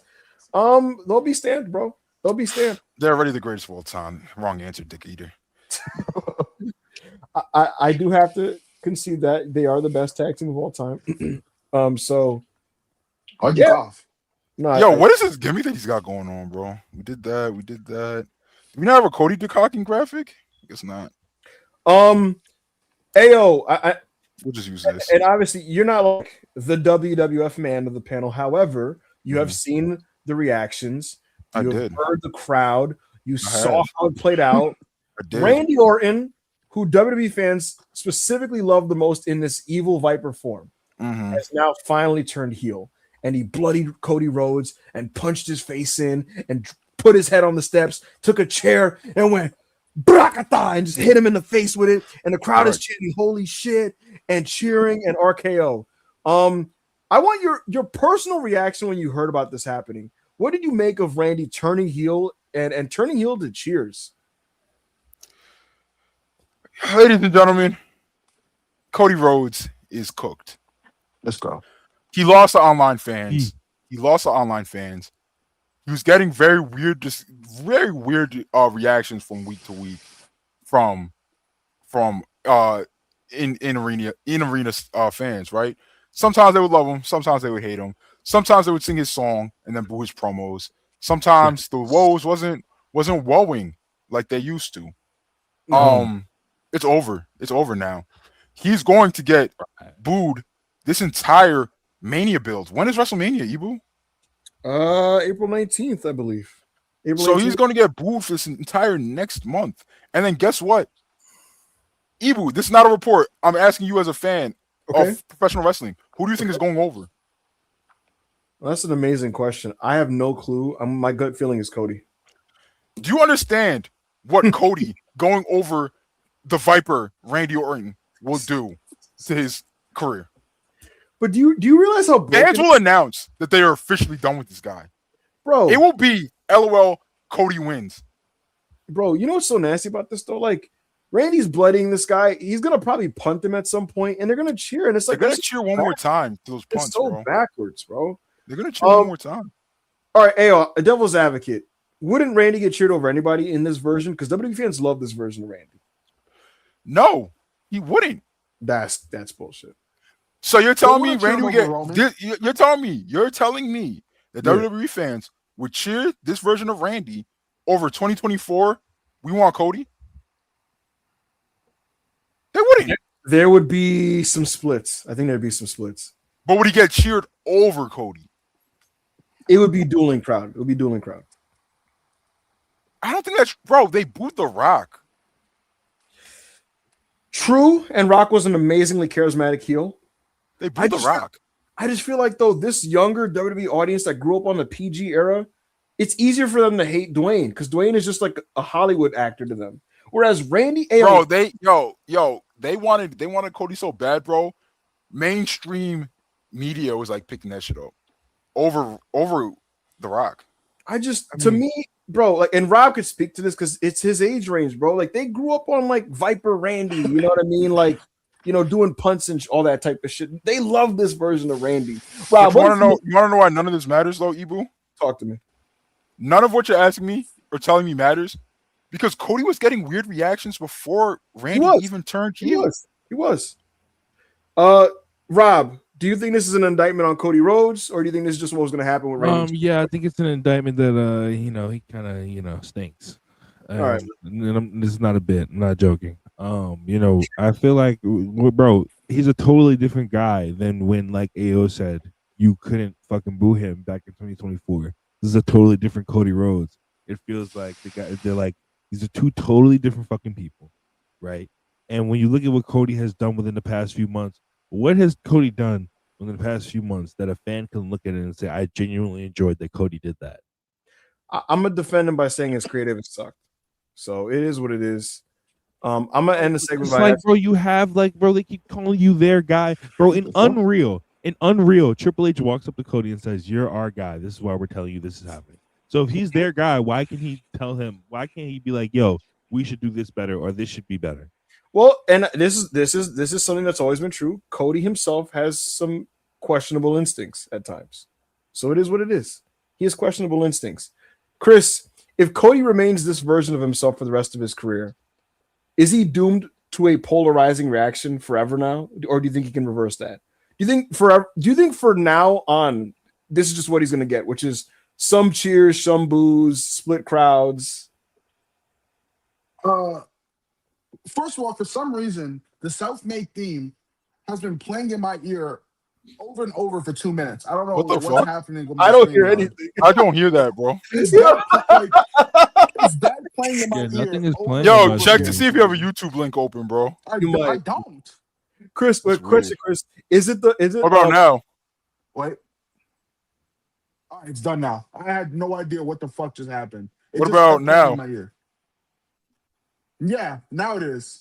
That's really weird. Wait, is it all I'm doing is putting the background music sound higher and lower, but it says nothing's playing.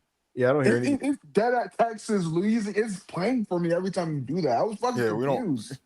But with Cody, he definitely has to change. I know he wants to be the John Cena of this generation and not turn heel, but hey, bro, you're not John Cena. You're not drawing the houses, and you'll get praise, especially from the online community, if you do a fucking dickhead Cody Rhodes heel gimmick like you did in ROH. But it's Cody, bro. Who cares nowadays, bro? He had his time in the sun. It was a great time for him. He peaked really, really, really high. He did. I'm glad you admitted that. Thank you. You know what the thing is, though, guys? What's up? There's no just powering through this, because every single all right, bro. Evil could say that yo, it's Randy, bro. He's just Cody's just running into the cool heel, the biggest cool heel in the world, right? Everybody wants to cheer this Randy. The issue is every single cool heel from now until Cody has a character change, it's gonna get cheered over Cody, bro. Ibu, he beats Randy. Are you telling me they're gonna boo Trick over Cody? No, they're at this. Are they gonna boo Jacob Fatu? No. Are they gonna boo? I mean, all right. So they boo who? They boo Walter, right? He's not a cool heel though. Sammy. They would boo. They boo Sammy over Cody. Yeah, but if Sammy turned, they'd be like, oh, Sammy finally did something. Let's cheer him. I'm not even saying that against Cody. I'm not just saying that's against Cody. I think they're gonna do that in general. I think they're gonna do that no matter what. If that happens, I think we're just broken again. I think we're back in the 2010s. Because right now the crowd is like, yo, we don't care about Sammy. But that's what bad booking does, bro. Breaks. It just breaks the psychology of fans. And I literally think that's what the WWE audience is at this point. They're just like, hey man. They're like, yo, Sammy's a loser. We're frustrated with Sammy. Obviously, they love Sami Zayn, right? Right. It's just bro, they're just like, yo, we're not trying to see this loser ass nigga continue to be a loser ass nigga. And I think if he changes his ways and just does anything different, they're gonna start cheering him again because they like Sammy as a person. Bro, that's not a good place to be in, bro. When the fans go, this babyface sucks as a character. Okay, I turn. Yo, we like you now. It's like, God, bro. Yeah, bro. I think that's what's gonna happen. Bad, bro. That's so bad. Best of luck to everybody involved. Cody, you're my guy. I hope you figure it out, big dog. So shout out to you, man. And hopefully it works out for him. All right. That is it. Ladies and gentlemen, we went over 3 hours. We did 3 hours of content, man. Yeah. The fucking Gambit. Oh, what's it called? In wrestling again when niggas going hour? It's called Broadway.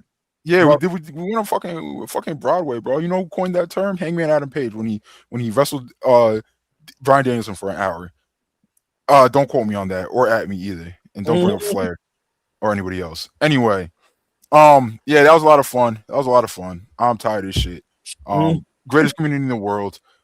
Do we have Match Rex or Paragon tonight? No, not tonight, but tomorrow we'll be doing some fun in the Discord. Probably join us in the Self-Made Discord. $5 entry, best $5 in the business. Link is in the bio. Please like the video. Please leave a comment. The homie Sex Luger gifted another Self-Made Pro membership. We appreciate you, gang. When we hit another what's it called? Milestone, we will be doing something. But I also want to do something on the free tier as well soon. Yeah. We'll figure it out though. We figure it out. Yeah. Self-made shit, self-made forever. Boys, you have anything?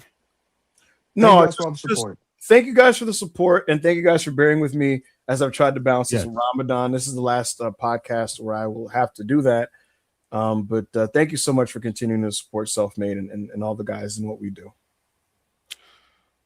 Facts. Self-made shit, self-made forever, and we are out of here. Please like the video. Please leave a comment. Please like the